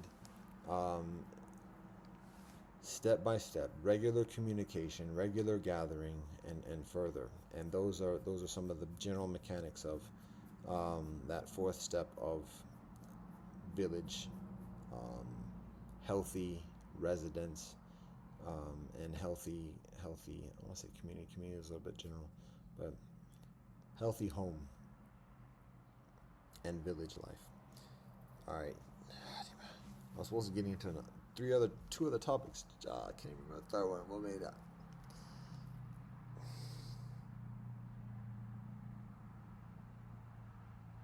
All right.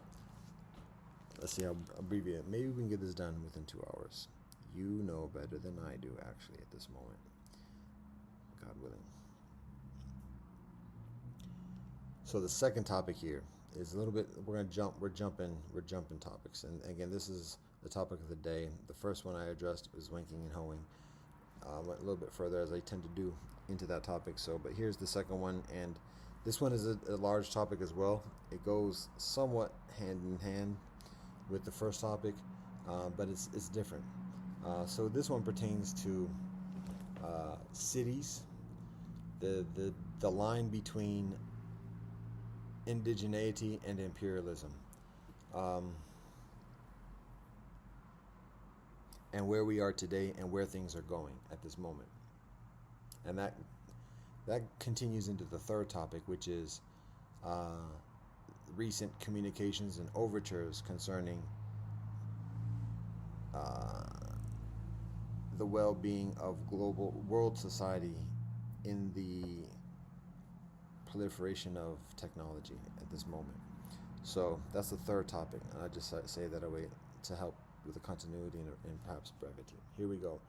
Cities, indigeneity and imperialism. So to give some historical background context to that, we're going to say this.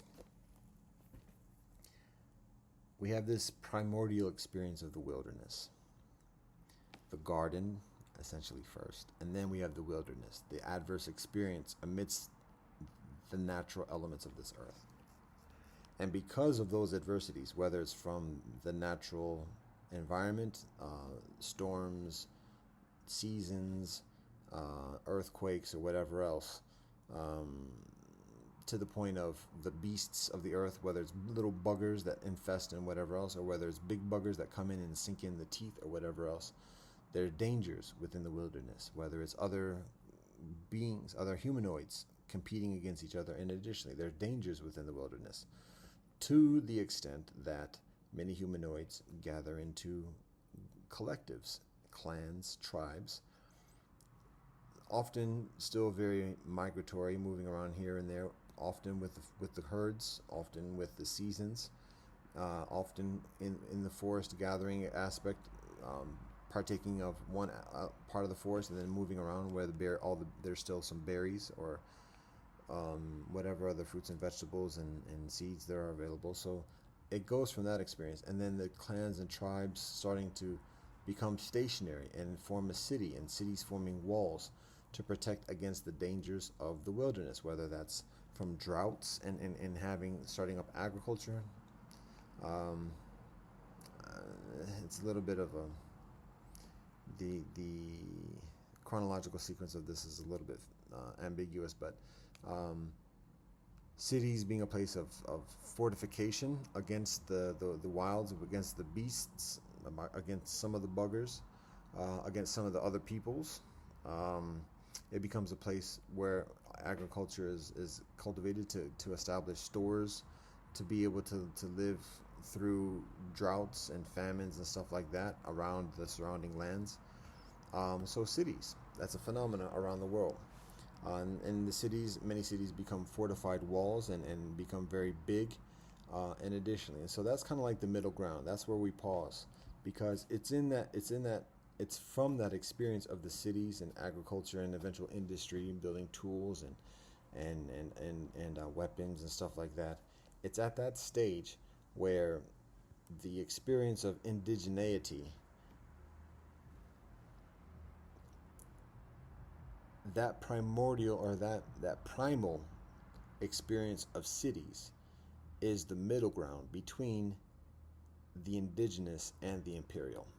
So just because some entity is a city doesn't necessarily in and of itself make it imperial. However, there is an imperialistic tendency amongst the cities, and it goes like this. Clans and tribes form a city. That city is very self-sufficient, very prosperous and fine on its own. It has agriculture, it has a mechanism of storing through droughts and this thing, and is able to live that way for years and years, maybe even generations and generations. The challenge with that, though, is that some cities are not the same. Some cities might be prosperous too, but still unsatisfied with that and want to grow and expand, or maybe be fearful, or maybe have had one kind of invasion or one kind of adverse experience, and thus, because of that, become further proactively defensive and going out and conquering other cities, and then becoming a little bit salacious, a little bit heinous, and then in being able to conquer another city, kill the men, take the women, take the children, enslave the children. And then we start to have the mechanics of imperialism, of cities conquering other cities, for all the different types of reasons and strategies or whatever else. And it becomes such a pervasive tendency from the Middle East, Mesopotamia, Egypt, India, China, Europe, all around the Mediterranean, Inca, Aztec, Mayan, around the world. Uh, Cities and imperialistic collectives. Um, but I'm going to stick to the paradigm specifically of cities. Cities venturing to conquer other cities and establishing larger and larger territories, so that even when a city doesn't want to become imperial, it either has to defend itself against the attack of other cities that do, Sparta, Athens, or get conquered and usurped into the larger empire of the other city or cities. There's a third scenario, somewhat, where a city doesn't defend itself, doesn't build up some army, militia, whatever, to fight off other huge imperial cities, but at the same time is formidable enough and valued and respected enough for whatever reason not to be outright conquered and just be usurped, the men killed, women taken as concubines, and the children enslaved, are able to maintain some type of integrity where they become quote-unquote vassals. And it's basically a treaty kind of arrangement, and it happens in different ways in different contexts around the world, but it's basically the city is able to retain itself, the leadership is able to retain itself effectively. It doesn't necessarily even have to abide by all the same laws and payments or whatever else that the rest of the empire does, but it does have to provide a tribute. It has to provide some kind of assurance that it's not going to go to war or side with enemies or whatever else. And so it becomes like a puppet of the empire without necessarily becoming part of the empire. It's still somewhat of a disrespectful thing underneath, but anyways, that's the scenario of civilization. Going from the experience of indigeneity into imperial. And the primal city being the middle ground between indigenous and the imperial. That's from the ancient times. At this point, we have what is the nation state, or the phenomena of nationhood, nations, nationalism. So the whole notion of a city is a different beast or a different animal. Let me be careful about words here. A city is a different animal at this point. So a city, well,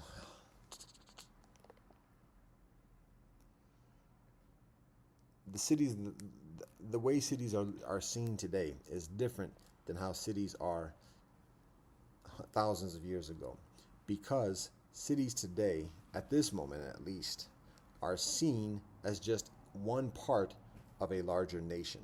Some nations or some cities may be the seat of a nation and be considered as like the epicenter and additionally, but still, in the contemporary, the common mindset of the world is that they're nations, and the cities are just a part of the larger nations.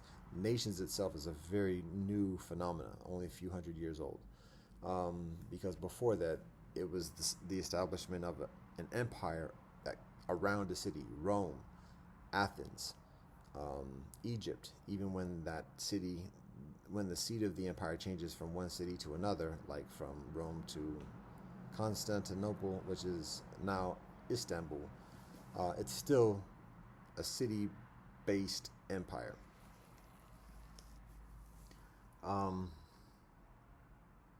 But just to recognize that cities, as cities are seen today, are different than cities thousands of years ago. So that's a general historic framework. Now to give further recent history about civilization and the city. Oh, wait. So in that sense, it's beneficial to recognize that just basic characteristics between the wilderness and the city. In the wilderness, the conditions are dangerous and nasty.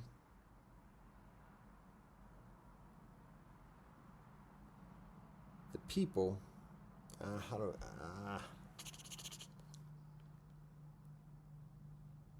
this is not an exact, accurate statement, but I'm sharing this to just understand the mindset, particularly concerning the nature of cities.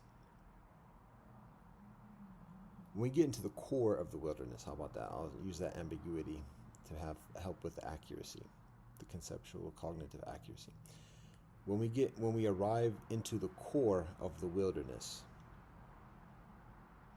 there is a danger. The conditions are increasingly dangerous. The people are increasingly benevolent. When we arrive into the core of the wilderness, the high slopes of the mountains, the dark caves, lightweight. The depths of the forest, and additionally, lightweight. The conditions are dangerous, the people are benevolent. And in contrast, when we get into the core of the city, the conditions are increasingly comfortable, luxuriant, opulent, decadent, luxuriant. The people are increasingly vicious. I guess that's what it is. In the wilderness, the conditions are increasingly vicious. The people are increasingly benevolent. In the city, the conditions are increasingly comfortable. The people are increasingly vicious.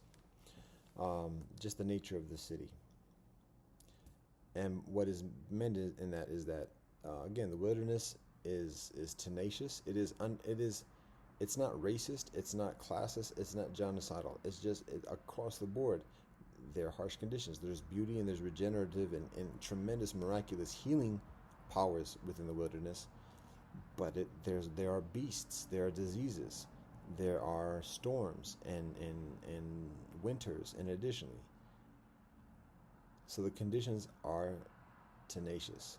However, at the same time, even today, what we observe and we experience is that the people who live within the wilderness, yes, there are warring factions and all different types, but the normalcy, the norm within the wilderness is the people being generous. There's a code of hospitality, of being kind, simple, not conniving, not manipulative, not enslaving, particularly to the extent as it is within the city. So that's the wilderness. Now when we get into the city is established exactly to provide protections and to provide conveniences. So when we get into the core of the city, we're getting into the epicenter, the epitome of the comforts and conveniences that city has to offer. The high towers, and additionally, where the leaders of the city reside and socialize, and additionally. And so that environment is extremely comfortable, comparatively speaking. It's opulent. That's where the dainties are served. The people are living off the fat of the land, and additionally, in the core of the city. But at the same time, and in a contrasting way, the people in the core of the city are vicious, smiling, gaslight, very nicely dressed, and etiquette and everything else like that. But in the core of the city, that's the core of the manipulation and the grifting and the lies and the deceit and the scheming and all of that stuff that the people are doing to each other and towards outsiders and otherwise. So it's just a matter of understanding that this is the nature of the city. Again, whether it's Africa, whether it's India, China, Europe, the Middle East, Turtle Island, that's just the nature of it. It's the nature of the culmination of the contrivances of city and civilization. It's just the nature of it. All right, so recognize that. That's that. Now going into the recent history of cities, particularly within the United States, it's a matter of recognizing this. Cities are not the pervasive practice of kinfolk of the Western Hemisphere. There's a very strong culture of migration, migratory cultures on the Western Hemisphere. There are cities, there are developments and settlements, but it's different than what exists in the Eastern Hemisphere through thousands of years in Asia and even in Africa and in Europe. So there aren't very many cities like they're seen and observed within the Mediterranean and otherwise. There's the establishments of the Inca, Pueblo, Aztec, Mayans as well. There are cities, there are advanced civilizations and forms of technology on Turtle Island, but the paradigm of city and civilization is somewhat distinct in the Western Hemisphere than the Eastern Hemisphere. The point of that is this: when Eastern civilizations, when Eastern civilization arrives within Western civilization, through the settlers and otherwise, there is this city mentality, the mentality of imperialism, of establishing, again, the cities as fortitude, literally as military forts initially, and then bringing in missionaries to go out and start to manipulate the minds and conditions, and prepare for further experience of imperialism. And again, to be mindful, and this is a whole nother topic, but to recognize that the missionary work, peace and blessings with all kinfolk and due respect, but the missionary work is in a process of spiritual of spirituality predominantly. It is a process of imperialism, and specifically Roman imperialism. That's the predominant nature of the missionary work, because it's not Jesus going by himself. It's not Paul going by himself under guard, and spreading the word. It's missionaries going with conquistadors who are armed with guns and swords with the purpose of conquering and taking gold, learning agriculture, and setting up shop. So just to be mindful and honest about that. So there is a city imperial mentality. Establish a military fort. So we have so that kinfolk have some kind of basis of base from which to explore and do further conquest, and then that grows, and eventually other people arrive when there's enough security. Treaties or so-called treaties and wampum are established with indigenous nations of cooperation and trade and coexistence and cohabitation, and additionally then there's enough assurances for civilians to arrive, workers predominantly, serfs or indentured servants, to work the land, and to gain economic benefit and bring that back to the empire. And then the people need a place to stay. Initially it's inside the fort, and then eventually it's outside the fort, and then it becomes effectively cities, because then there needs to be infrastructure, growing or constructing, well, first of all, roads, obviously, to be able to provide transport, ports to bring the ships and load the ships, and then waterways, irrigation, and aqueducts in some way to provide wells or whatever for fresh water, and these elements start to become the city. And that goes on for a number of years and generations, 100 years thereabouts, until there are proper cities. New Amsterdam in the land of the Mohawk. Jamestown is a settlement, but anyways, those are some names that are in the prominent popular culture awareness. And then at the time of the establishment of the United States, the U.S. Constitution, based upon the Guyana-Shigoa, the Law of the Great Peace of the Haudenosaunee, the Iroquois Confederation.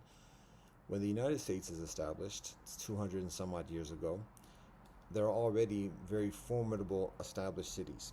And so what I'm articulating here is some of the basics of how the cities are constructed on this continent through the mechanisms, through the techniques of settlers.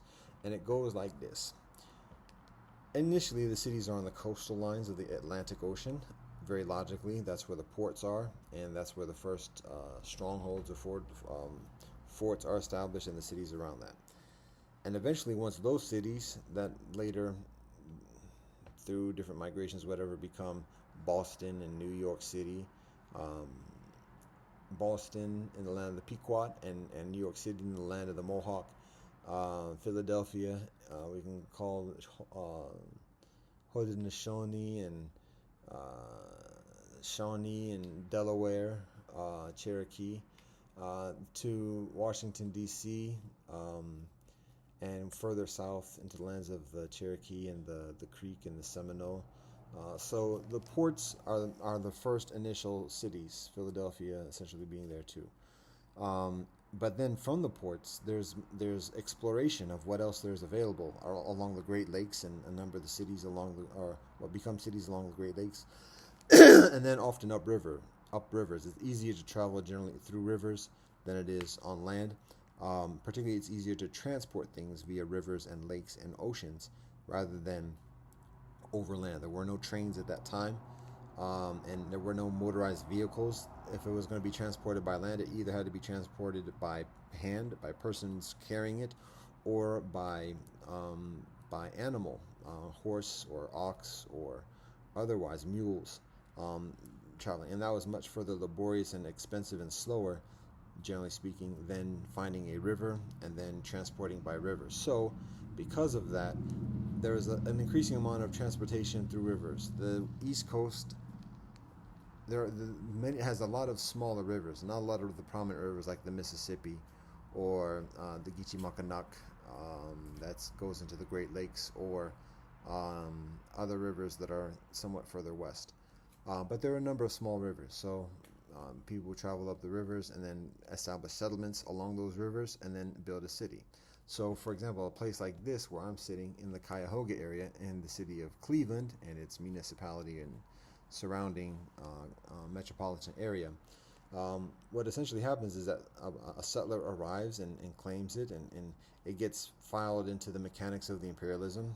In this instance, it's the East Connecticut Company that later becomes the Western Reserve. And so it claims it amidst the sovereignty claims of the imperial construct of the Kingdom of England.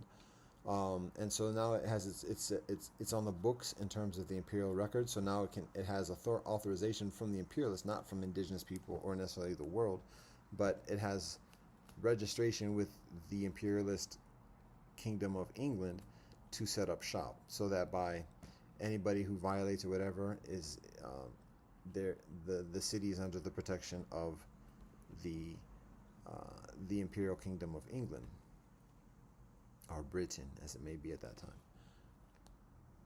Now, the way the city is established is that the primary purpose of the city is economic, to reap whatever benefits can be drawn from that. By that point, by the time this city is founded, Cleveland, it's only 150 years ago. So by that point, agriculture is less of a motivation. The southern part of this continent is rife with agriculture, and it's warmer, and the crops grow longer. Or the growing season is longer, and so for those who have the inclination and interest of doing agriculture, it's the South. Here in the North, it's less a matter of agriculture. There is agriculture here: corn, maize, beans, squash. Those are the three sisters. But it's very, very. The land is amazing here. It's beautiful. But the primary interest, particularly in latter decades after the city is founded, is industry.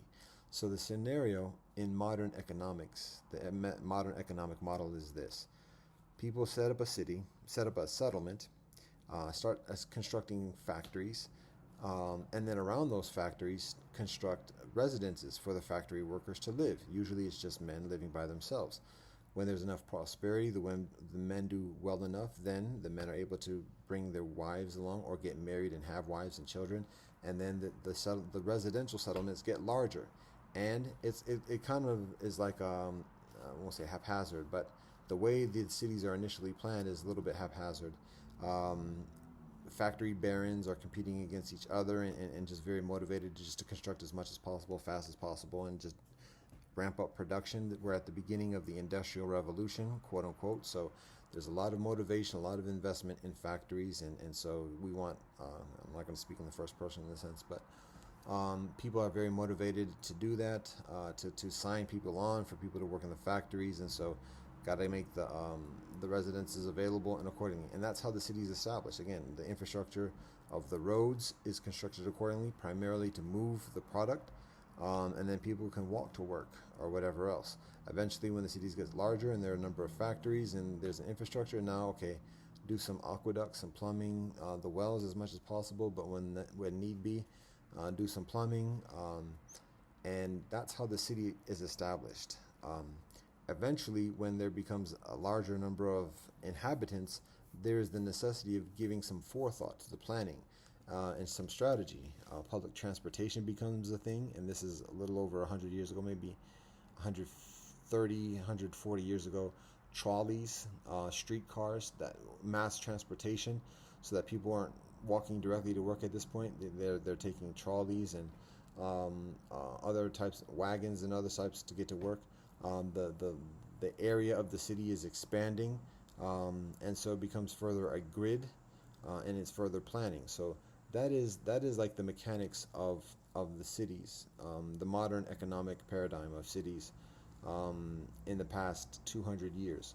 And I'm saying that because that's what occurs until, oh, so in the general mechanics of this, there is a city center, the factories are established, and nearby those factories, there is the center of trade, like where people are, the marketplace, where people bring food and do and market the products that are being made in the factory. The business people, the trades people, and additionally aren't going necessarily directly to the factories, because that's their busy work. They're not trying to get anybody to stop what's going on with that. So to do the trade and like exchange and whatever else, financing, it's a different district, so it's a central district where all the different traders, all the different financiers, the bankers, the lawyers, and everybody else are in the same kind of vicinity. So all the wheeling and dealing don't have to move very distant to go from one office to the next. So it becomes a central place to do that type of exchange, and that becomes essentially the center city.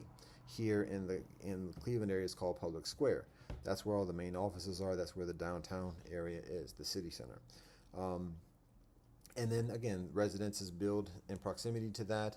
Then we have the differentiation between classes, the higher class and lower class, the higher class living further away from everybody else and not wanting to be seen, the slums being closer to where the factories are because that's who the laborers are, and so just put them nearby there. And a lot of coal is being burned, pollution and everything else like that. So it's the lower income places, and so that's those are the foundations of the city, the paradigm of modern cities, particularly here in the United States, particularly on the east side of the Mississippi River. And the city planning from that point over the past 100 years is built from that. And there is the phenomena of what is known as white flight, whereby as cities become further prosperous and larger and increasingly inhabited, so initially there might be a few hundred people, and then there might be a few thousand people, and then there become a few million people, all in the general same kind of space. That's a lot. And there's a migration that occurs accordingly. So there's a phenomenon of white flight, and that means that the city center still stays the same. The factories are still the same. It's very difficult to move a factory. It's laborious. It's cost prohibitive to move a factory, generally speaking, at least during that time. And so instead, or as a coinciding solution, the executives and higher income kinfolk move further and further away from the city into the suburbs, different actual municipalities with different laws, different schools, and it's the de facto apartheid and segregation of the United States. And that's what occurs over the past century. It is, let's see, all right, before we get further into that explanation to what we're talking about at this moment and wrapping this up, we're over 2 hours now. So now you know further than I did at that moment. Let's review what I mentioned about the nature of the city. I mentioned that in the core of the wilderness, there are vicious conditions and benevolent people. And in the core of the city, there are comfortable conditions and vicious people. All right, well, let's just say benevolent conditions and vicious people. It's a little bit of a misnomer. That is not the most accurate, but the concept is to understand that in the core of the city, there's comforts and luxuries, but the people are very vicious. And smiling, it's very difficult to have evidence of it. Gaslight, smiling, and no hate on people accordingly. This is not a dig, just understanding the nature of it and how that is changing, how that is evolving. So in the core of the city, again, this is for thousands of years through the modern example of cities in the United States. The core of the city is one of benevolent conditions and vicious people. Public square is pretty. A lot of money is spent to make it look nice, but it's illegal to be homeless. It's illegal to ask for money. And anybody who does is subject to be locked up, and being locked up, subject to being abused and accosted, raped, and otherwise by other inmates. Vicious. So that's what it is. That's what the conditions are at this moment. And that's the nature of cities, as I mentioned, from Giddy Up. The point of this is just a reminder of that. So in the modern city paradigm in the United States, with those factories in the city center, and additionally, the viciousness that exists within that, amidst the people who are making the deals and the financiers, the attorneys, the accountants, and the brokers and bankers and everything else like that, dressed very nice in expensive suits and living or working in very luxuriant offices and eating at very fine restaurants and living all very decadent, making decisions that affect many people, employment, economic growth and prosperity, but at the same time also making decisions that have very vicious consequences for people as well. And to recognize that. All right, let's wrap this up. So fast forwarding, or just fast forward through the past century, that was the core. The core of the city was around the city center at that time, 100 years ago thereabouts. Now, it's beneficial to recognize that it is changing. It is evolving, and it is not as it's even less evident than it was before. And I'm explaining where things are today by explaining where they were before and how it's gotten to where it is today. So there were the factories, the city center, and then the expansion. And in the expansion, the white flight of the upper class moving further and further away from the city center in remote areas that were not accessible to the masses. Bigger houses and yards, different municipalities with different school systems, so that children aren't going to the same schools with the poor people. It's increasingly elitist. Still, people can do a public education and do decently. A number of private schools are established during this time, and the private schools are established in the suburbs as part of that culture, and additionally as a further alternative to just going to the elitist public schools in the suburbs. So that's what it is. And then it goes into like overdrive after the Second World War. During that time, there's heavy investment in the transportation infrastructure, highways, so that now people don't have to rely upon public transportation. People don't have to get caught up in rush hour traffic as much. People can just take the highway, take their personal vehicle from the distant suburbs into the city center to make those deals and everything else. Everything's still in the city center. The deals, the factories are still in the nearby areas. Some factories subsequently are constructed in further way out areas in the country, in the boondocks, just because it's cheaper. The real estate, the land price is cheaper outside of the metropolitan area. So to build a huge facility like a new factory, instead of building in the city, that's congested. There's a lot of density of population. There's a lot of houses and infrastructure there. So it's going to be further expensive. So to build a new factory, it's way out. And then people either live around those factories or people have to drive out to those factories. But it's okay because now further people have vehicles, and it's not that difficult to put up a lot of inexpensive housing for a short period of time when it's necessary. So that's what happens. The factories start being constructed outside of the city, way outside the city. The upper income starts to move outside of the city, just in the outskirts and in suburban municipalities. And then the infrastructure after the Second World War starts to ramp up, heavy investments in the highways and roads, and additionally. So the effect of that is a very, very strong apartheid. People talk about, there's a term, if you look at the census tract data, if you look at a census tract map of Cuyahoga County, this county where the city of Cleveland exists. Many people talk about Cuyahoga County being very diverse and very much multicultural, and additionally, and all different types of people of all different ethnicities, and additionally. But when you look at a census tract that shows who is living where by small segments, it shows how extremely segregated Cuyahoga County is, where there's a certain area where it's predominantly people of African ancestry, and then there's a certain area where it's predominantly people of European ancestry, along these lines of the suburbs and infrastructure, and additionally. So um, just that's part of the nature of the city. Um, and what happens within the past generation or two is that the city center itself begins to migrate. There's a divestment from the city center so that companies, um, the financiers, the lawyers, the accountants, the people doing the wheeling and dealing and making deals, they're not doing it as much in the city center as it used to be in a city like Cleveland. Instead, again, there are land grants that are issued in nearby suburban municipalities so that a company can purchase a large area of land and construct from scratch an entire headquarters, and do its business there. There are a number of business districts in a number of the suburbs that offer office complexes to a number of offices. So now, rather than everybody just doing business and meetings and everything in the city center, it's in a number of different places around the suburbs. So now the nature of the core of the city is changing.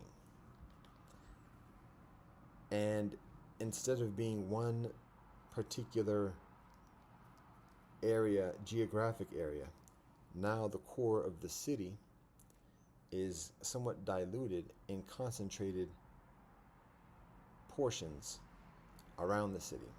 And so it's something to be mindful of as we observe how civilization is evolving and progressing through these recent challenges um, of callousness, and a need of healing, because it's not as easy to identify where the boogeyman is or whatever else. I didn't get turn off. Didn't get balloons. Is this balloons? Didn't get balloons there, so it seems like there's been an adjustment. But I did get a prompt saying I could put balloons there. So, whatever. Let's wrap this up. The nature of the city is changing, and the nature of the core of the city, where to find the core of the city, is changing. It is increasingly decentralized. And that pertains to the physicality, but it also pertains to the mentality of it as well as the heart and spirit of the core of the city, and also what can be seen or accused of being the corruption and the callousness of the city as well.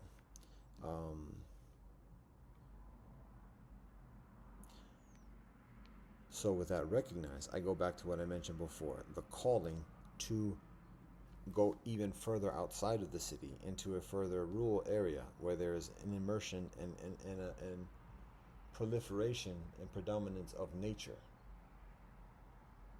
beyond the metropolitan area and the different pockets of the core of the city, and additionally, and for other kinfolk to migrate in a similar way to such locations where there is increasing calmness to live and reside in healthy home and village, and to recognize that the nature of the city, the nature of the core of the city,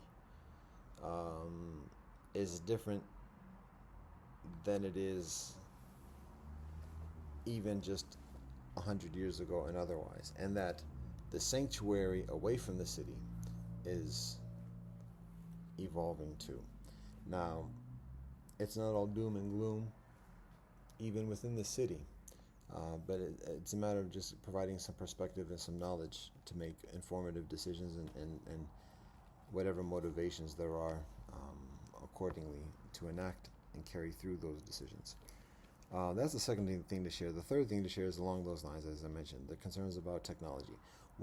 Some of the overtures that we receive from a number of different channels is some basic concerns, and these are articulated particularly from the hierarchies of imperialism. Two concerns, particularly, I think there's a third one that was related to one. So the first concern, uh, I, all right, the first one pertains to the effect that technology has on people. I don't know what this camera joint is doing. Um, all right. One communication is a concern concerning the children and how dependent many children are on devices just to feel a sense of calmness, and that when those devices are taken away, the children have difficulty finding calm, throw a tantrum, get upset, and additionally, and how many parents have very few tools or knowledge about how to attend to the children without just giving the children devices. It's been a thing for generations where parents have been just inundated with work and have been able to provide very little attention to cultivate relationship and rapport and teaching from parent to child. And particularly within the past few generations, many parents or many households, many families have required both parents to work, father and mother, far and more, so that even the more is taken from the home significantly, and is unable to provide significant attentions and cultivating rapport and relationship with children, and thus children are further dependent upon school peers as well as media, television, and how many children, including myself, my parents provide considerable guidance and affection and attention to me, but I still am raised significantly by watching television. And there are benefits with that, but there are a lot of detriments. My father would call the television the idiot box. So there becomes this dependence on devices, and that's for the past few generations, particularly over the past 50, 60 years, from the 60s and the Second World War till this day. That was a few generations ago, and now it's become increasingly the norm of Moors working full-time, FARs working full-time, just to pay the bills, just to do the basics and provide the basics, wanting the children to get education and making sure that those basics are taken care of. The child is attending classes, is performing satisfactorily, getting nice reports from the teachers, not causing a disturbance, and additionally, things are decent at home, food is provided, clothes are provided, sleep is provided, regular routines, and everything is hunky-dory. Piano lessons or music lessons and cultural lessons, and additionally the basics. But still, and I'm speaking from what is being spoken to us, the concern is how much children are increasingly attached and dependent upon the devices just for basic experiences day to day. And as AI becomes further, well, no, I'm not going to speak like that. That's just one thing, the concern of that.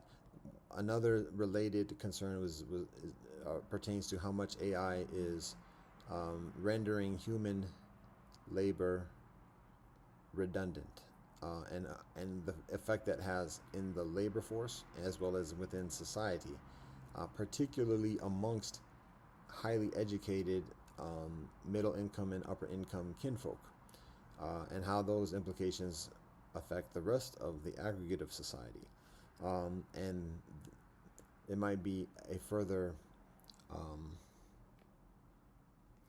the concerns of that challenge might be further voluminous, might be louder, because it affects directly the people who are talking, and those people who are talking have further access to voicing those concerns.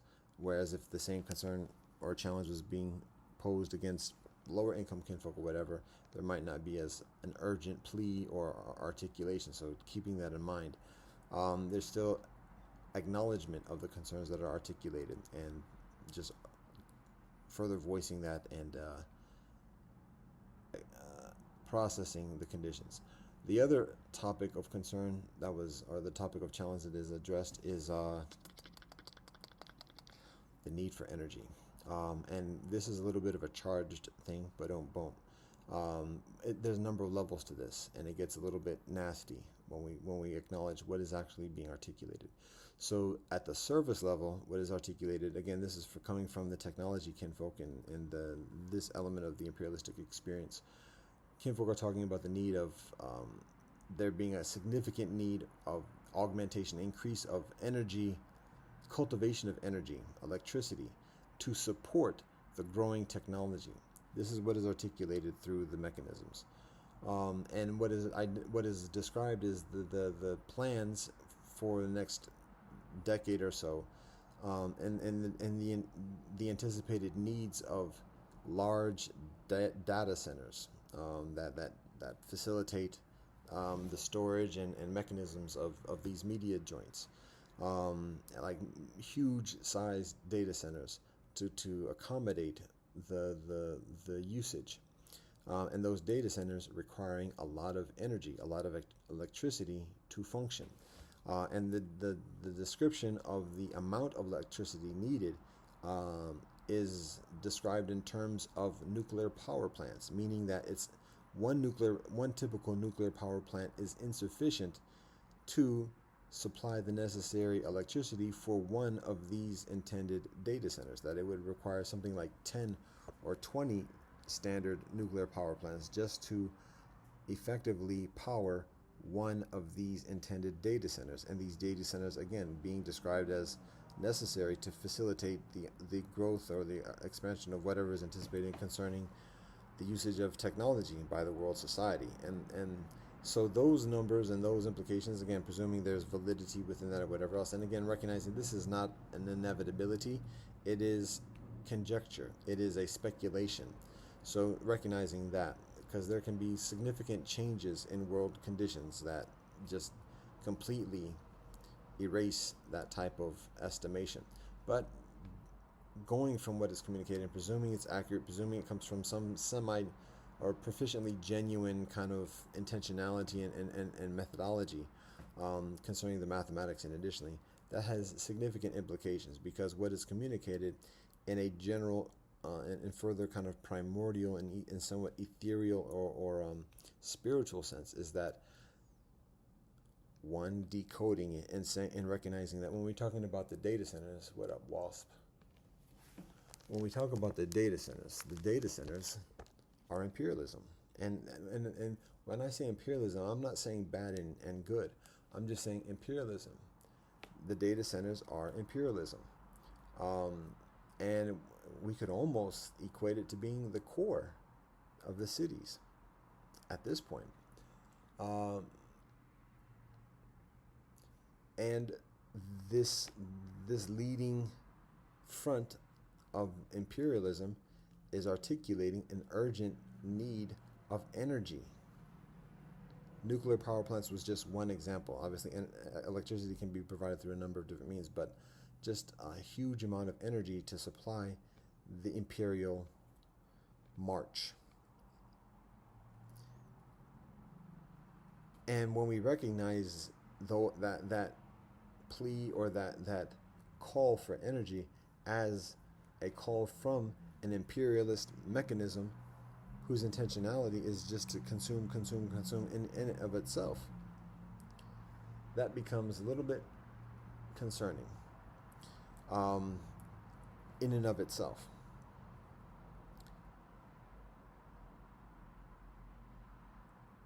Because history shows that those who are in that position and who begin to speak with that type of urgency also have the tendency of rationalizing a lot of different types of atrocities in the interest of meeting those perceived needs.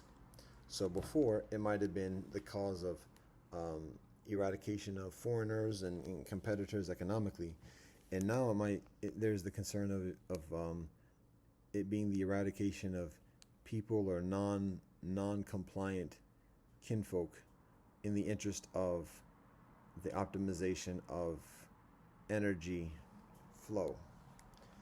That's one consideration. The need for, anytime there's a hysteria, um, then there's an excuse of committing atrocities against kinfolk. Historically, the hysteria has been the fear of invasion, and by people who are obviously different than oneself. And whether or not there's truth to that, whether or not there's truth to the facts of people arriving at all, or whether there's any truth to the fact of the people arriving having any kind of intention or ability of conquering, is less consequential. It's just a matter of cultivating that hysteria, and as long as people are like buying into that, then when the next call is okay, then we've got to do something about it. That's when there's a concern, and that hysteria can apply to a number of different things, even in human rights and humanistic kind of causes, whether it's environment or otherwise.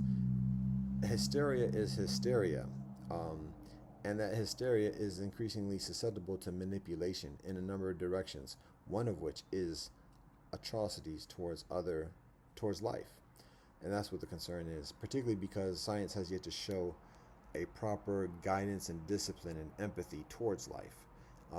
And so when science is causing a certain experience of hysteria, or enacting communications that have that susceptibility, then there are concerns about that. So that's one thing. The other thing also is that if we're gonna, when we like decode it even further beyond just like the imperial surface level type stuff, but when we get into the further spiritual, there's a deeper concern and a further immediate now concern. And the way to articulate it is this. When we look at the nature of corruption, the nature of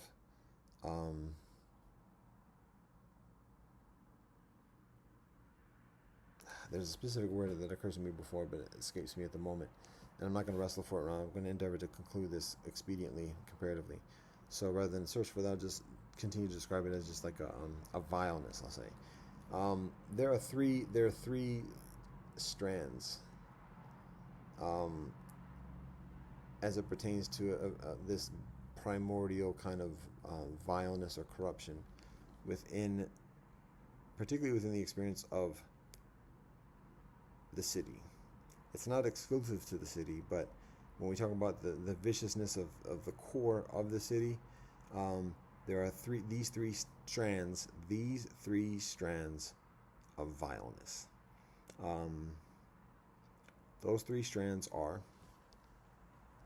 sexual exploitation, cannibalism, and, for lack of a better word, and in an increasingly encapsulating intentionality, satanic worship. Sexual exploitation, cannibalism, satanic worship. And sexual exploitation pertains to, again, prostitution and exploiting people, putting people into poverty, strong-arming people from a very micro person-by-person basis to conditions where people are increasingly susceptible to these types of things. And that's just to adults. But then the advanced or the further vile renderings of that are sexual exploitation of children and further. And part of the explanation of that is, again, here's where I was thinking before about the people utilizing others as objects of in an objectifying manner. This is what I'm talking about. When people are reduced to being perceived as just objects, conquests, and particularly in the context of sexual exploitation. The initial, I'm giving like a general description of a general scenario. The initial kind of sequence of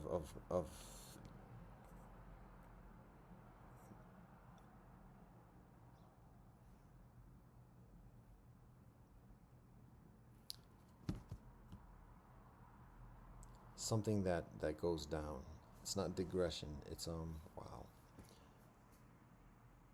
Not degrading.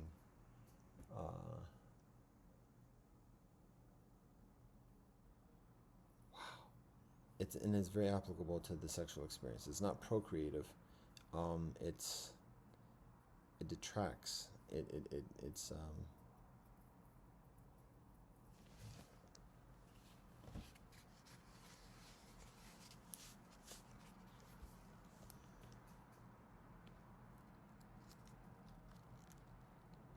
degenerative. So there seems to be a certain general sequence, a typical sequence, not the only one, but a typical sequence of sexual degeneration about for an individual's progression within sexual degeneration, and it begins with comparatively simple sexual exploitation. Maybe a man being able to gain favor from a woman and have sex with a number of different women and gain a sense of value for doing that. Eventually, that becomes not enough, and thus he needs women who are further potent, further fertile, further innocent, because the energy of such women is greater and the challenge is greater, the conquest is greater. So all the way up to the point of him recognizing, wait, he's never had sex with a virgin before. So then that becomes the target. And so he looks to find a virgin and then has sex with as many virgins as he can, the most attractive and the most virulent, the most affluent or whatever virgins. But even then, that becomes insufficient. So then it's a matter of not just being a virgin, but then she has to be younger and younger and younger and younger. The younger she is, the fertile, virile she is, for the most part, but further perception of innocence, and it becomes this notion of the untouched. Just like somebody were to go to the difference between buying a brand new shirt and buying a second-hand hand-me-down shirt. And again, it's a nasty way of thinking about people, but that's how some people seem to do about others. Just to be completely objectifying and looking at others in terms of how a woman is sullied or not, how much so, to the point where he only becomes energized by sexually exploiting young girls. And then perhaps young girls are too expensive. He sees, oh, wait a minute, when he has sex with a young girl, then like his a lot of his life gets devastated, and so then he starts to do young boys. It's hideous, it's nasty, it's widespread in society today. So that seems to be the scenario. I cannot speak firsthand in terms of being the practitioner of that. That is what is observed. That is what is put together through the testimonies of violators as well as victims, and just observance of just general nature of humanoids and society. So sexual exploitation is one way of kinfolk within that vile core of city, particularly, and that the further degenerative exercises of that are child exploitation. That's one lineage, or that's one strand of the vile, of the core of the city. The second strand is cannibalism, recognizing that there is tremendous energy within the blood of other people. And that's something that is known since ancient days. When we look at the story of Bereshit, creation in Torah, when we look at the teachings of what is kosher, kashrut, and halal, and additionally, blood. And we look at other teachings from around the world concerning the sacredness of blood. It's around the world. That being said, what we also observe, just as a common experience, it's normalized now, people eating other people's blood. And what am I talking about? Blood transfusion. It's pervasive. It's a normal thing. It's a normalized thing within society. And people don't call it eating other people's blood, but that's essentially what it is. It is taking the blood of somebody else and ingesting it within one's own body for one's own usage. Blood transfusion. And people are going to go up in arms about it being perceived as cannibalism because, yo, don't talk about that. My loved one, my family member, was in a car accident, and the only way they were able to survive is through a blood transfusion. So we're not hating on that. We're not vilifying or condemning it per se. We're just we're just articulating it for what it is and to be knowledgeable about that. And it's nasty, yes, it provides certain people with lots of benefits, and life is sacred, and we recognize that and we respect that, but at the same time there's a lot that's given up to provide that benefit. So that it is what it is. Blood transfusions, that's cannibalism. Plain and simple, 100% facts. It's not pretty. We're not condemning. All love and all respect, it's cannibalism. And that applies regardless of what the circumstances or the reason or otherwise. It's cannibalism. So there's that. Another example that's very common, and it's a normalcy within society, and again, people are going to go up in arms about this. Organ donation, organ transplants. That's cannibalism. It's not blood per se, but it's other people's organs. And it's done, by and large, to common knowledge, in a rather formal way, with a lot of procedures, this and the other, by people who are supposedly or used to be trusted within society, doctors, surgeons, hospitals. But it's still cannibalism. And even with the protocols of people not being able to sell their organs per se, there's actual industry for people's organs. There's a white market industry for, I'm not gonna hate on white. There is an illicit market for organs, people harvesting organs voluntarily, involuntarily, kidneys, livers, hearts, lungs, and additionally, literally, people being kidnapped and having their organs forcefully removed, people being kidnapped and killed and having their organs forcefully removed, and then those organs being transported to people who can afford the high cost. Because the people who can afford the high cost, who have a lot of money, tend to be people who live very sedentary lifestyles, whose bodies grow weaker, and need eventually blood and organs of others in order to continue living. That's cannibalism. Plain and simple. No hate. No condemnation. We judge, yes. We do not condemn, and we do not hate. It is cannibalism. Those are the obvious joints, or those are the common joints that are in plain day, plain sight, normalized, but overlooked, dismissed, denied. People are in denial about that, and that's facts. Don't hate. Just saying.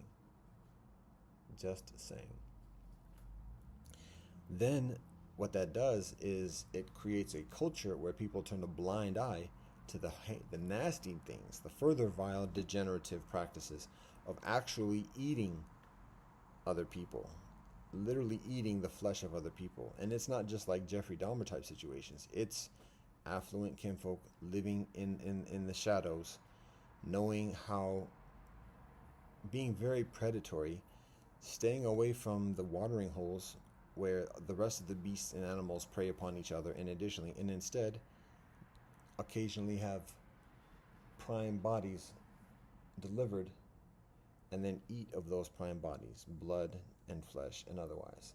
Children too. Sometimes the strands of cannibalism and sexual exploitation get intertwined. Nasty. And again, much further prevalent than people want to acknowledge, because we hear the evidence, we see the glimpses show itself here and there. Even when we see the supposedly, according to the conventional law, the imperial laws, the scenarios, again, and it's not just the United States, it's not just in Europe, it's in Asia, and it's other places as well. And it's not just in the city, it's in the wilderness too. Cannibalism exists, sexual exploitation exists. But particularly, one very blatant sign, although it's nuanced, is what seems to be a practice amongst corporate executives or whatever, where the company men, as it said in Japan, go to a restaurant, and this restaurant has like sushi, except this sushi isn't served on a roll or on a plate. It is presented on a person's body.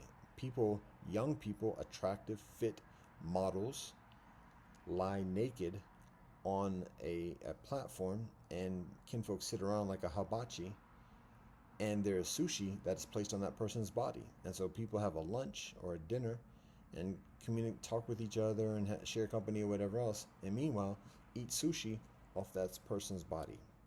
That is soft core cannibalism.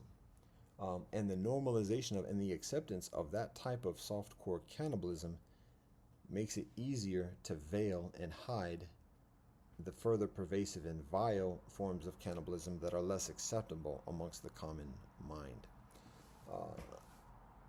So it is what it is. Cannibalism.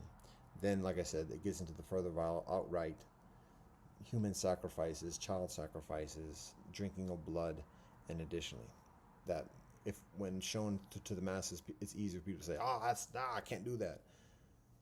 So it's shown in glimpse, eyes wide shut and otherwise. So that is the second strand of vileness within the core of the city. The third strand, again, for lack of a better word, to encapsulate the entire phenomenon, is satanic worship. So in this sense, it's not just exclusively a matter of satanic worship. And perhaps it may be considered that not all satanic worships are created equal.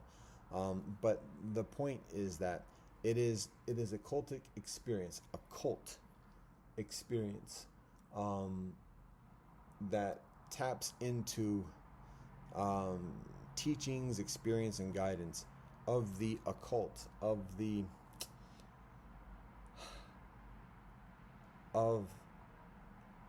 teachings, of energy, of a consciousness that is increasingly predatory upon life. And there is that intentionality of going into the dreaming, into the otherworldliness, and tapping into that energy and guidance in order to manifest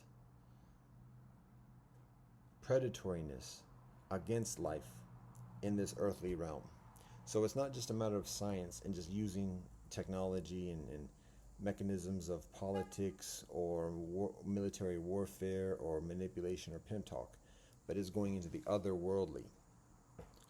And like I said, just going to otherworldly in and of itself, that is what it is, and not agreeing with that, and not addressing that particularly in and of itself. The particular concern is when that practice coincides and is utilized for the purposes of predatoriness in this earthly realm, because it takes on a different nature, it takes on a different process of rationalization in human thought and interaction and communication, and influence within the society. So and powers, to be honest about it, their powers with that.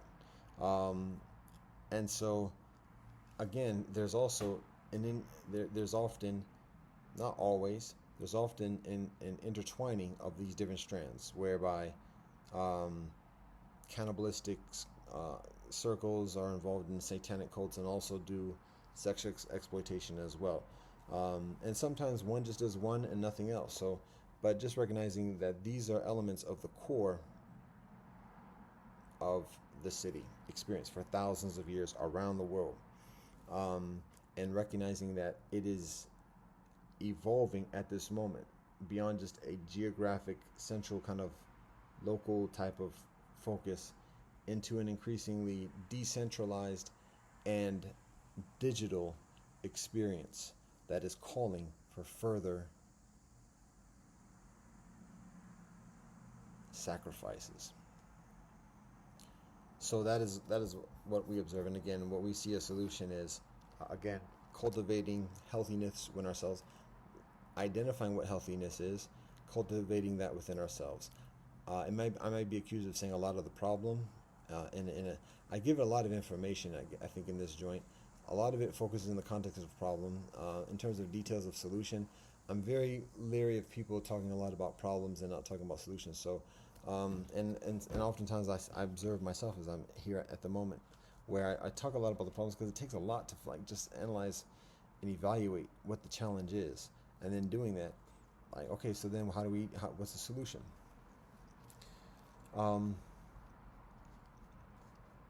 And then it may seem like I just give the solution lip service because I just do this as I'm already fatigued and ready to wrap it up anyways. But One thing to recognize is that the solution is already within you.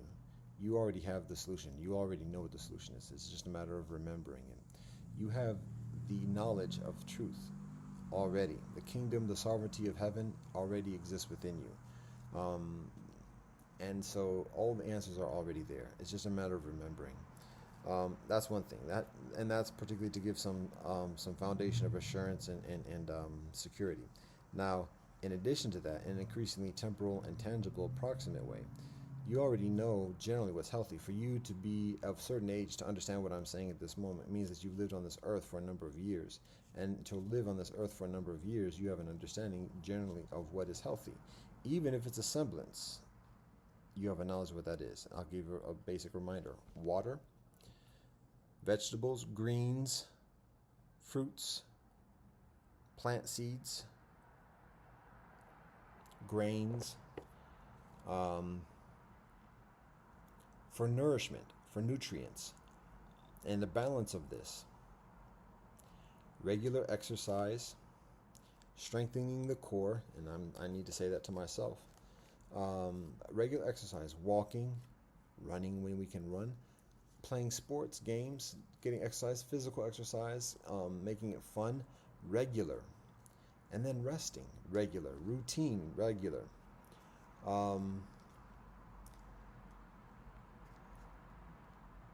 Those are things concerning our wellness of body. I'll include this here too. This actually pertains less to the wellness of body per se, and it applies further towards the wellness of heart. But sexual chastity, not having sex all over the place, it has less of an immediacy concerning physical well-being, although there are those implications. It goes further towards heart well-being as well as spirit. So anyways, that's physical well-being, body. Mind, how do we keep the mind healthy? Learn the language of your ancestors. Learn the songs of your ancestors. To sing that, to know the words, and to have those words vibrate in your mind, even when you're quiet, particularly when there's other noise pollution and manipulation and pimp talk around you, to be able to return into the languages of your ancestors, and keep that mental sanctuary strong as possible. The language, the songs, the stories of your ancestors. And practice that. Study the stories of your ancestors. Learn, before I get to that part, rituals. There are times particularly when to do this. Times of the year, festivals, harvests, giving thanks, atonement. Remember the rituals of your ancestors, the rituals of your peoples, and participate in that. Learn the rituals. Learn the stories particularly that are shared and the songs that are particularly shared in these rituals. When these rituals occur, and then encourage kinfolk around you to participate in these rituals. I speak from as much experience as I can muster in that respect. And so this is all part of the mental well-being, because again, there's the stories guide us and give us guidance for reconciling the problems that we're going through. So I can say studies, I could say read. A lot of people would just say read or listen to a lecture or something like that. But again, I'm being mindful and also being culturally universal. Not everybody comes from a literary civilization or literary culture. Not everybody's ancestors come from a literary culture. So reading is going to have, for many cultures, a certain bias. Reading is very beneficial when reading the right thing. But when I say learn your stories and your songs and your language, reading is one way to do that, particularly when that is a big part of the culture that you come from. So that's intrinsically involved in that. Rituals are the occasions of stepping up our studies along those lines. And then reason with people, study, teach. Those are exercises of the mind. Mathematics, doing problem solving riddles, puzzles, and additional exercises. Interacting with children and teaching children the things that you learn helps keep you sharp when children ask questions, keeps you on your toes.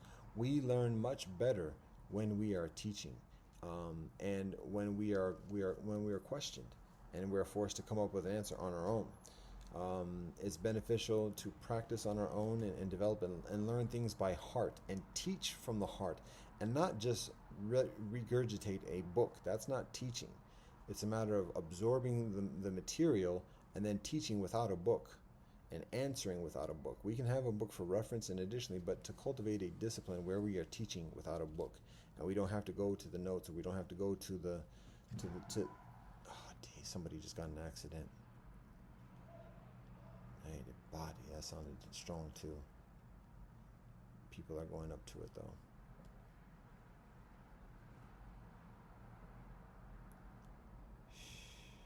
All right, I might wrap this up and see if anybody needs some help. It looks like that people are giving attention. Actually, somebody was just looking. They're not helping out. All right. I can't see it. I just heard it on the other side of the building, and I saw somebody else react to it. So, exercising the mind is a way of doing that. The heart. Heart is the regular relation. I guess this is where we get into the rituals. Heart is not just emotional knowledge or emotional intelligence. Heart is when we are in the same routines of loved ones. We seeing people day after day. We're in the routines, or week after week, a regularity. And the further often we see kinfolk, again, when a family lives together with each other, husband, wife, children, seeing each other day after day, breaking bread together, saying prayers and meditations together, laughing and joking and sharing stories together, that is strong heart health right there. That's like the epitome of heart health right there. Seeing each other every day. And you get tired of seeing each other. Oh, smell your feet again, blah, blah, blah, blah. You know each other's routine is boring. And you start to want something else. Like, this is so boring. This is every day, because you start taking it for granted and thinking it's always going to be there. That's strong health heart. That's strong heart health. Routine, day after day, the same kinfolk. You know each other through and through. That's heart health. So, and the thing about it, the heart health is the one that is different from all the others, because it's the one we cannot do by ourselves, which is why it's so beneficial to abstain from taking it for granted. Because just because we want heart health in interacting with others don't mean that they have the same interest, and we cannot do it by ourselves. We can't force it. That's not heart health. So one way, let me tell it, is to find people who share the same priorities of practice day in and day out, and be further intentional and further appreciative of that interaction. Breaking bread is sacred. Those are some of the things that we do to increase our health, our heart health. And on the fourth element of the different components of our health is the spirit: body, mind, heart, and spirit. Spirit health we increase through prayer and meditation, whatever the tradition of our ancestors are. Prayer and meditation, studies about our ancients, intentional, involved, intense studies of our spiritual path help strengthen our spiritual well-being. Participating in rituals, attending rites of passage and rituals, gatherings, breaking bread along these rituals help in our spiritual well-being as well. Offering, service, seva, puja, korban, zakat, tithing, those help our spiritual well-being too. Yoga, and again, additional practices of meditation, walking meditation, communing with nature, spiritual well-being, health. Talking with indigenous kinfolk, spiritual well-being and health. So those are some things. One thing I did mention also, I tried to hit the four components as well of song, stories, ritual, ethics. I did mention ethics, particularly in the mind exercises and strengthening our mind. It's beneficial to talk about ethics. And when we talk about our stories and study our stories, study the ethics and become increasingly knowledgeable, because the ethics guide us in the harmony with other life on this earth, humanoid life as well as the garden life. Ethics give us guidance in that. And when we're increasingly harmonious with life around us, we have a greater sense of peace. We're able to concentrate better, um, and share that with others. So those are some of the things about the well-being and solutions for the last 10 minutes of this joint.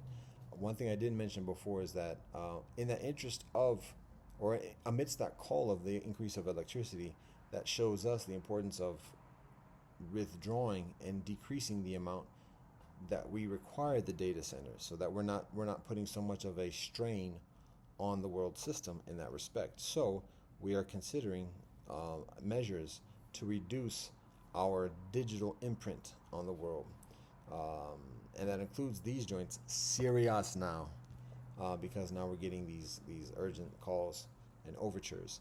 And there's even the possibility of, again, as we've done before, maybe not withdrawing everything, but significantly reducing how much further we contribute, and then to online archives and stuff like that, and then consolidate and efficientize, remove some of the things that may not necessarily be as much of a priority, and just keep posted for public benefit, the things that are further references of the work that we do and the insight that we share and the service that we can provide. So that's what we got going on here. We wrap it up. Oh, look at that. It's not even 3 hours. All right. Again, we give all thanks and praise to the Most High, Elohim, known by many names and beyond all names. Respect, gratitude, and honor to all our ancestors, prophets, and sages, past and present, known and unknown. Respect, gratitude, and honor to all our relations, the Quattro directions of the wind, Inamaka, far sky, Grand Mor Luna, Grand Far Soleil, all our plant relatives, all our insect relatives, all our swimming relatives of the waters, all our flying relatives of the air, all our walking relatives of the land, with 0 legs, with dos legs, with quattro legs, and with many legs. Respect, gratitude, and honor to all our parents, all our forebears, all our elders who precede us in life. Respect, gratitude, and honor to all our relations whom we meet within this life and who returned home within the dreaming and now walk with our ancestors within the oneness of the Most High Elohim. Respect, gratitude, and honor to all our relatives who walk the roads of creation with us today. Wives, husbands, brothers, sisters, cousins. Respect, gratitude, and support to all our progeny, de los primeros 7 años a los próximos 7 generaciones Dovador. Patience, forgiveness, and understanding of Elohim be with us for all our undue omissions, inaccuracies, indulgences, and indiscretions. Respect, gratitude, and honor, peace, and well-being from Elohim be with all our relatives in need. Respect, gratitude, and honor to His Majesty Haile Selassie I and Her Majesty Waizara Manin, and to all the progeny of this marriage, and to the perfect balance of all the bonds of husband and wife. One heart, one mind, one love supreme, blessed love and peace.